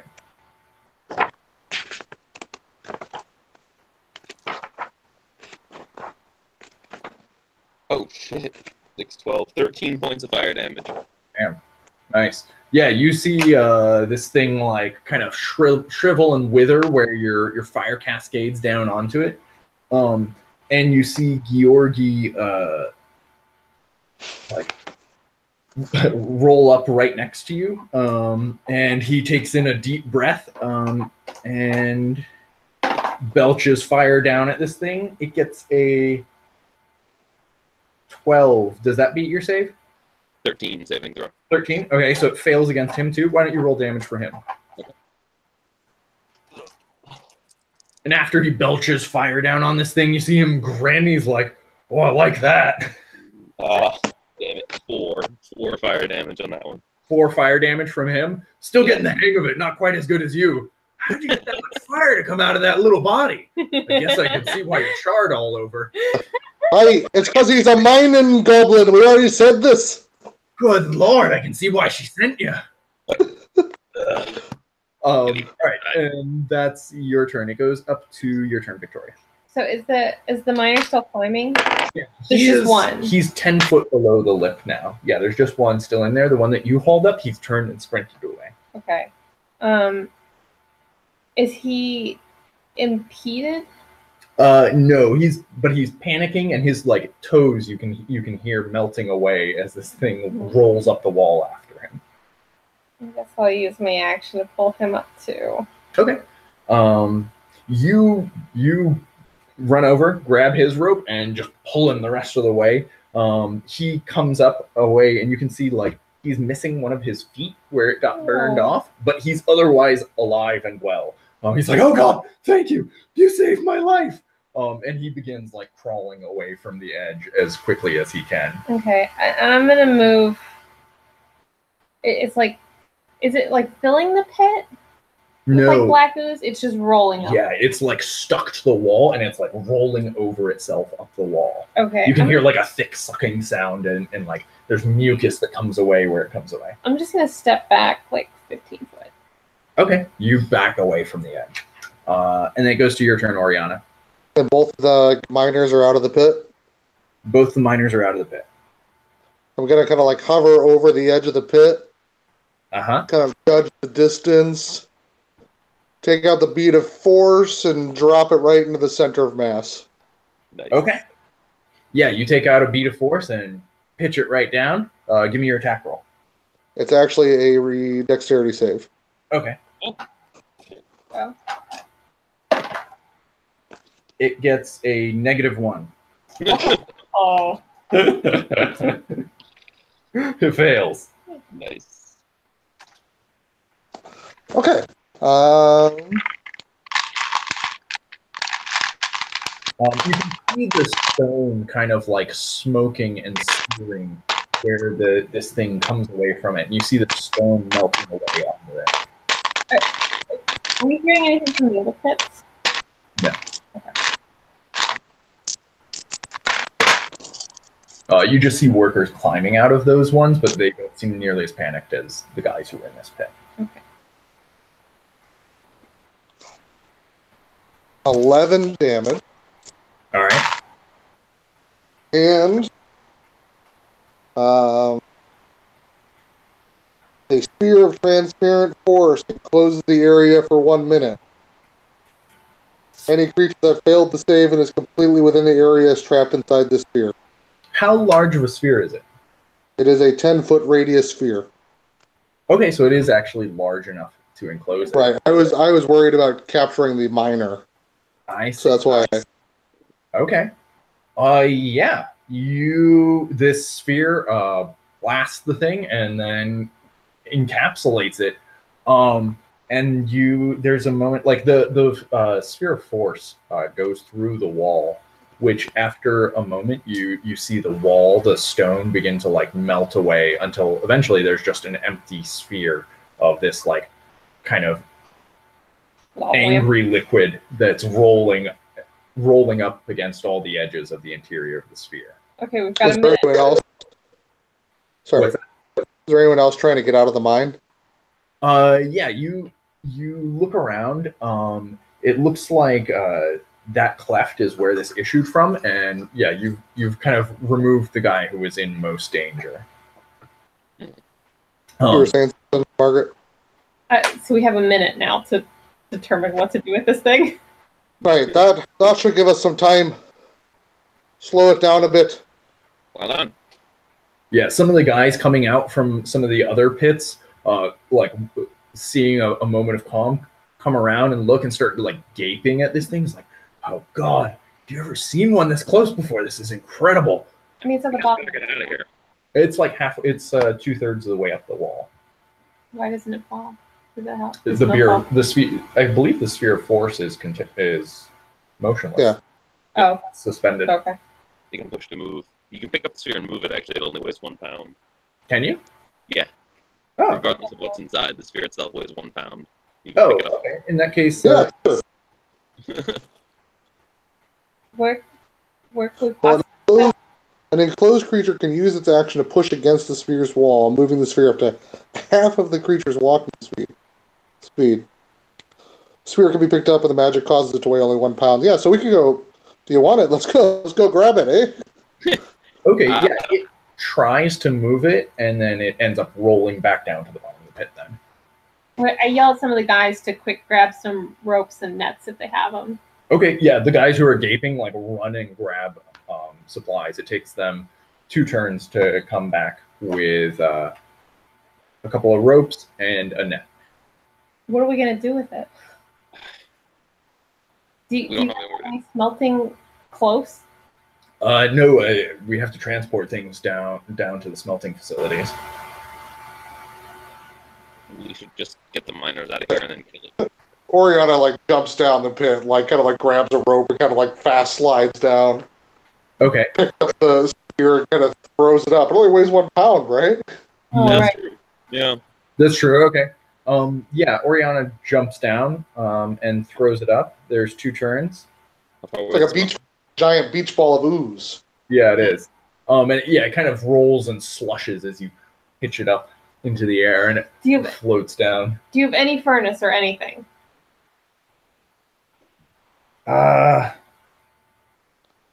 Yeah, I mean, yeah, we do have a furnace to run the mining carts. It's steam powered, but it's a ways. It's back at the entrance. How far is it? It was back the way you came. It's probably, let's see. Yeah.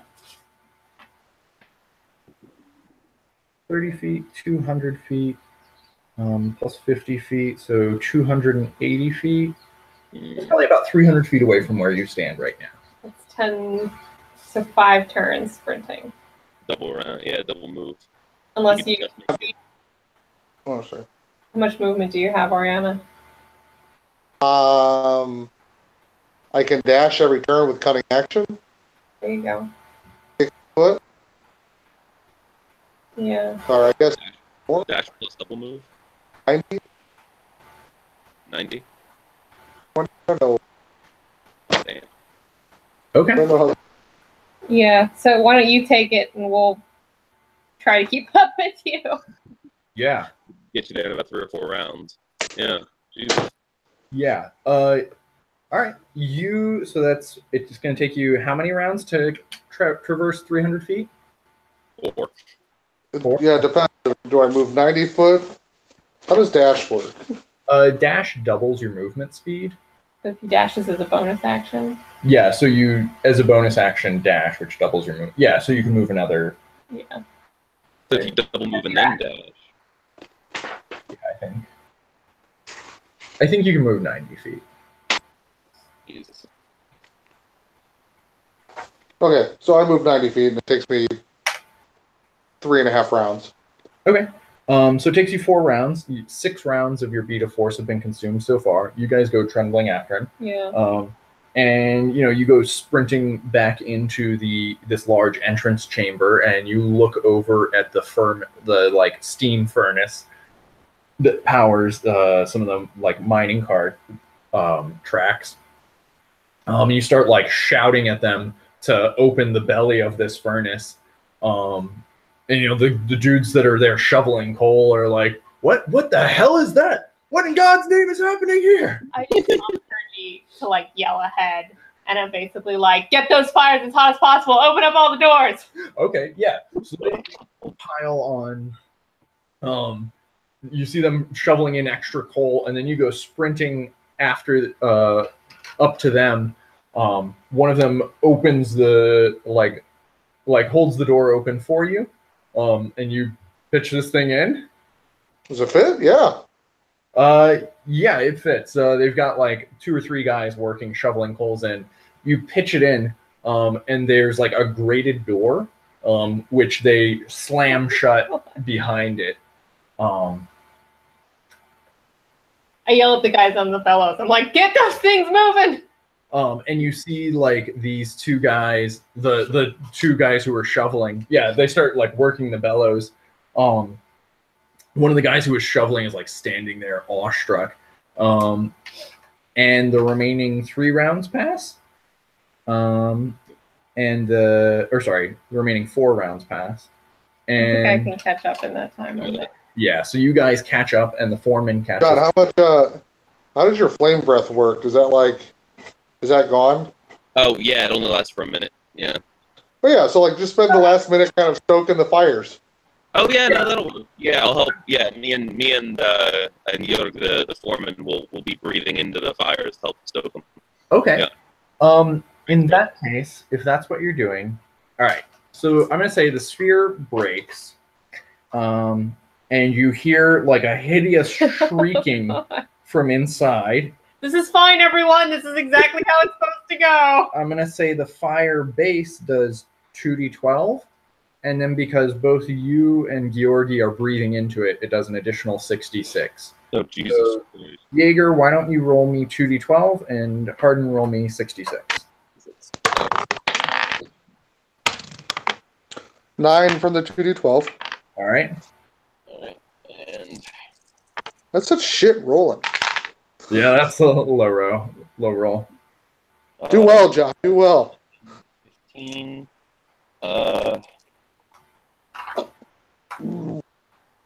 21 from the 66. 21? Yeah. Yeah, you guys huff and puff into this thing and blow with all your might, and you hear like this horrible shrieking as the bubble bursts, and then you see this thick black ooze begin to press its way out through the gate, the grate, like bubbling and popping and boiling, and it pushes like through the grate and just plops itself onto the floor in front of all of you. I'm gonna say let's start up again at the top of the initiative order with Victoria. It's your turn. You guys kind of like step back as it floods to fill a space in front of you. Okay, I'm gonna cast Guiding Bolt on it. Okay.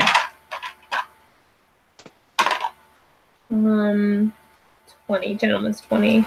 Yep, that hits.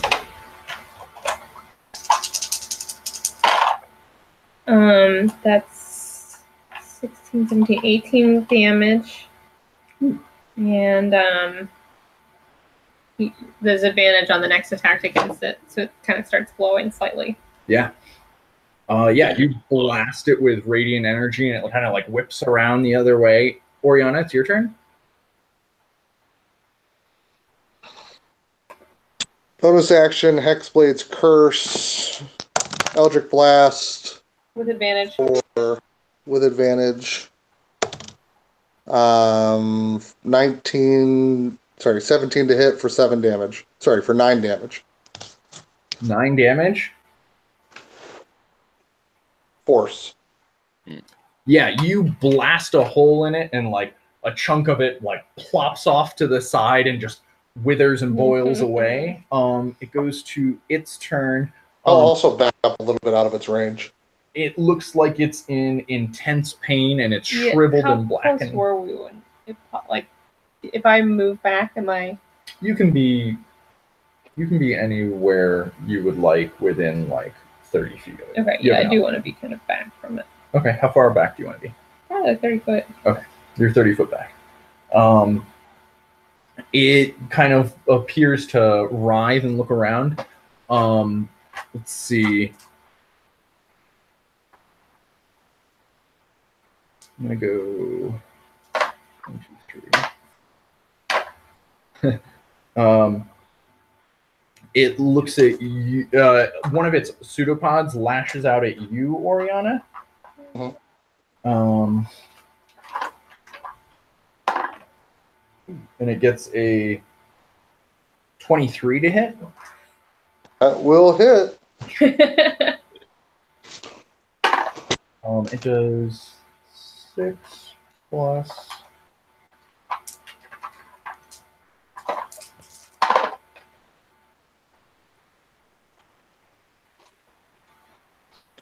It does 24 points of damage as the pseudopod slaps you, and then like acid kind of burns into you. Jesus. Okay, that's my entire health. All right. Yeah, you guys. Pseudopod. Hold on. Before I drop, I react.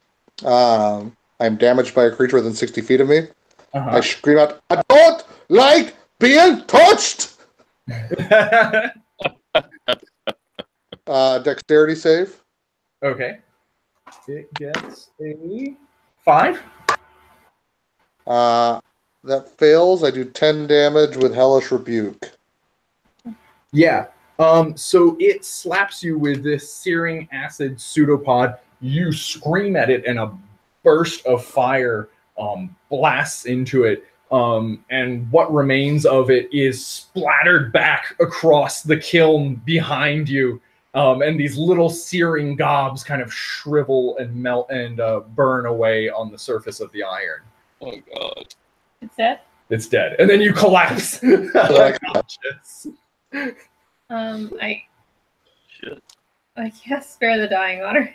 Okay. Is that As a cantrip. stabilizes? Stabilizes her, yeah. Yeah. Yeah. There's just a hissing as it evaporates off the surface of this kiln, leaving dark black stains and little pitted marks from the acid. That's fine. She'll just sleep it off. I'll be fine. That'd make a great mixer. I want to see if I can get any of that of the remaining slime into like a glass jar. Sure, yeah, you can absolutely get some in a glass jar. Nice. There's plenty of it all about your feet that you can scoop up. How much damage did that do to you, Jaeger? 24. Holy shit. It was 1d6 plus 3 bludgeoning plus 48 acid. Damn. That's all right. That's not bad, though. You guys did really well with that combat. Only one of us had to die. I get the feeling, though, we should probably be well rested before we go down in the deep shafts. I have so far only cast one spell. I mean, I've only cast one, but if I cast another to bring Oriana back up. What about the potion? Do you think maybe we should keep it? I mean, all I need to do is get a hit point to spend some hit dice. And we can take a short rest, yeah. Okay, let me give you, because that was a superior potion. Well, then just give me a light heal. Do you have anything that's like a first level heal? I'm saying I'll just give you my small healing potion that's 2d4. Oh, there you go. Wait, isn't False Life a cantrip? No, False Life is a level 1 spell. Yeah. I feel like temporary hit points, and you can use that to. if I do that, I might as well do Cure Wounds, which I can do. I can burn the spell slot. It just seems like we might need it. Oh yeah, just give me the healing potion. Yeah, so 2d4. Do I roll that or does he? If I administer it. You can roll. Oh, nice. So 6 plus, what did I say? So 8 total. 8. I kind of open my eyes and look around and did we win? Yep. We did. Good. Yeah, you I'm see gonna like a corona of exploded black like stain coming out from where you were lying. Everybody's just staring at us. Yeah. I like turn to the foreman and I'm like, are they used to all this lollygagging? He's like, no. He starts clapping his hands. He's like, come back to work, man. Come on. Nothing to see here. So like this happens a lot. It's only started happening in the last couple of weeks since the incident. That's the collapse. But yes, we've had 1 or 2 incidents like this before. But only since the collapse. Yeah. Oriana's kind of sitting off to the side, drinking some water. Just since the accident in Shaft B. So, dug into some ancient den of Eldritch horrors.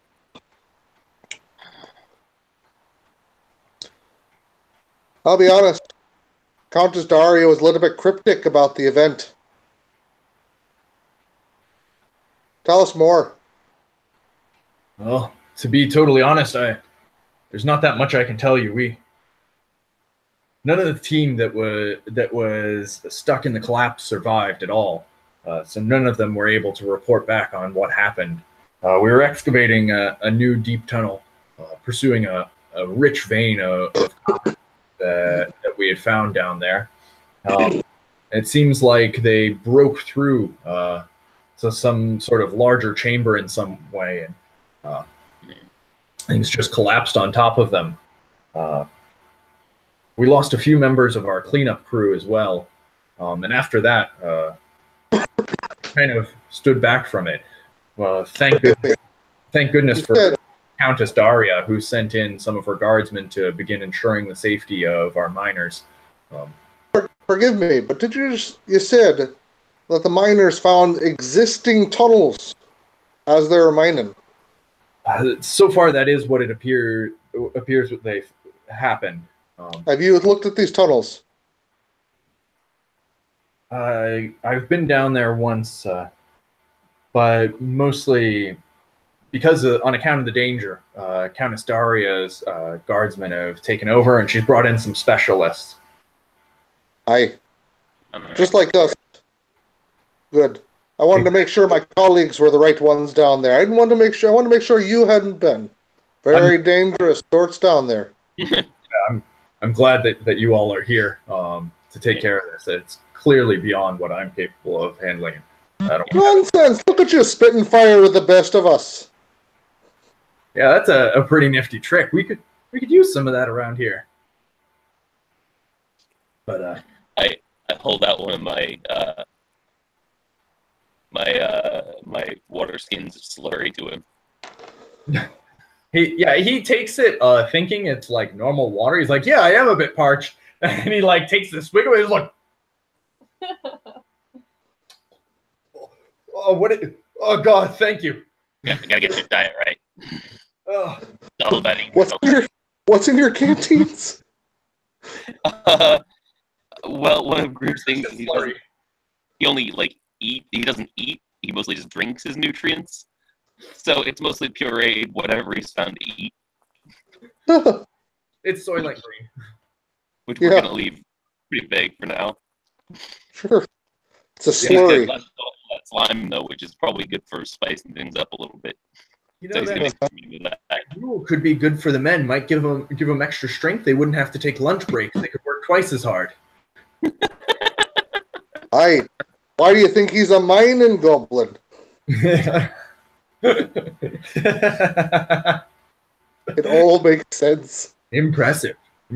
Maybe we've been wrong to be biased against the goblins and their ingenuity. I wouldn't go that far. I'm just saying.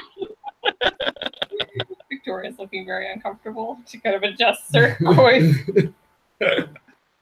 But look, I'm just, I want to guarantee the safety of my men and the continued operation of these mines. So I'm glad to have Countess Daria's people here and her specialists to take care of this. So with that, we kind of need to take our dog to walk in the next 10 minutes or so. This might be a pretty decent place to come to a stopping point. Yeah. I didn't want to go much past 4:30 myself anyway. Okay. It sounds like you guys are taking a short rest. If you want to go ahead and do your bookkeeping for that, and then we'll be at a good starting point for next session to delve deeper into the mines. Mm-hmm. Cool. I was impressed. You guys handled that encounter very well. I was kind of curious. It was a CR4 creature. Yeah. I was curious what would happen. I think it would have murdered everyone if you hadn't handled it as well as you did. Maybe people were inspired. Yeah. I think that probably deserves a point of inspiration. Yeah, using the beta force was a good idea. I think a point of inspiration for you, Victoria, for successfully saving all the miners. The one in the cleft, I intended to die, but you guys saved him. I mean, minus a foot. But he's alive. His family is very grateful. He can have a peg leg. Oh. It can still work. Oh. I mean, he can't earn his keep. Yeah. Right. Use some of the remaining ooze and some wood to kind of like fashion a peg leg. Oh God. There you go, boyo. Point of inspiration to you, Oriana, for your inspired use of the bead of force to carry this thing into a furnace. And impressive scripting. Yeah. And a point of inspiration for you, Gru, for your dragon breath teamwork with the foreman and bellowing. That was impressive. It made sense. Bring in another, yeah. All right. Yes. Thanks for Gavin. Yeah. Yeah. What So we didn't what play experience did we get? Let's see. You guys fought a werewolf and a black pudding. Yep. So that's 1,800 divided by 3 is 600 XP apiece for the combats. Okay. Um, Where are we at? Shit. 9. So that brings us to 15. Not good. and 100. Let's see. 27. Yeah, 100 apiece for kind of your social encounters, and then another So 16,000. 200 apiece for your fast talking of the foreman. So 18,000 total experience. You guys are 1,800. Sorry. I mean, I'll take 18,000. Oh, yeah, we do. I We mean, all are at it's just- 18,000. There's nothing I can do about it. Level 6. All right. We can do this. Yeah, and we'll pick up at the top of Shaft B next session. And delve further into the mines. Yeah. All right. Cool. Alrighty, friends. See you next time. Adios. Have a good rest of your weekend. Enjoy. Yep. I will not be around next week. I'm going to Mexico. Shit. Oh, sick. Nice. How long are you going to be in Mexico? From Thursday to Monday. Oh, wow. I'm going to go ahead and stop the live cast so that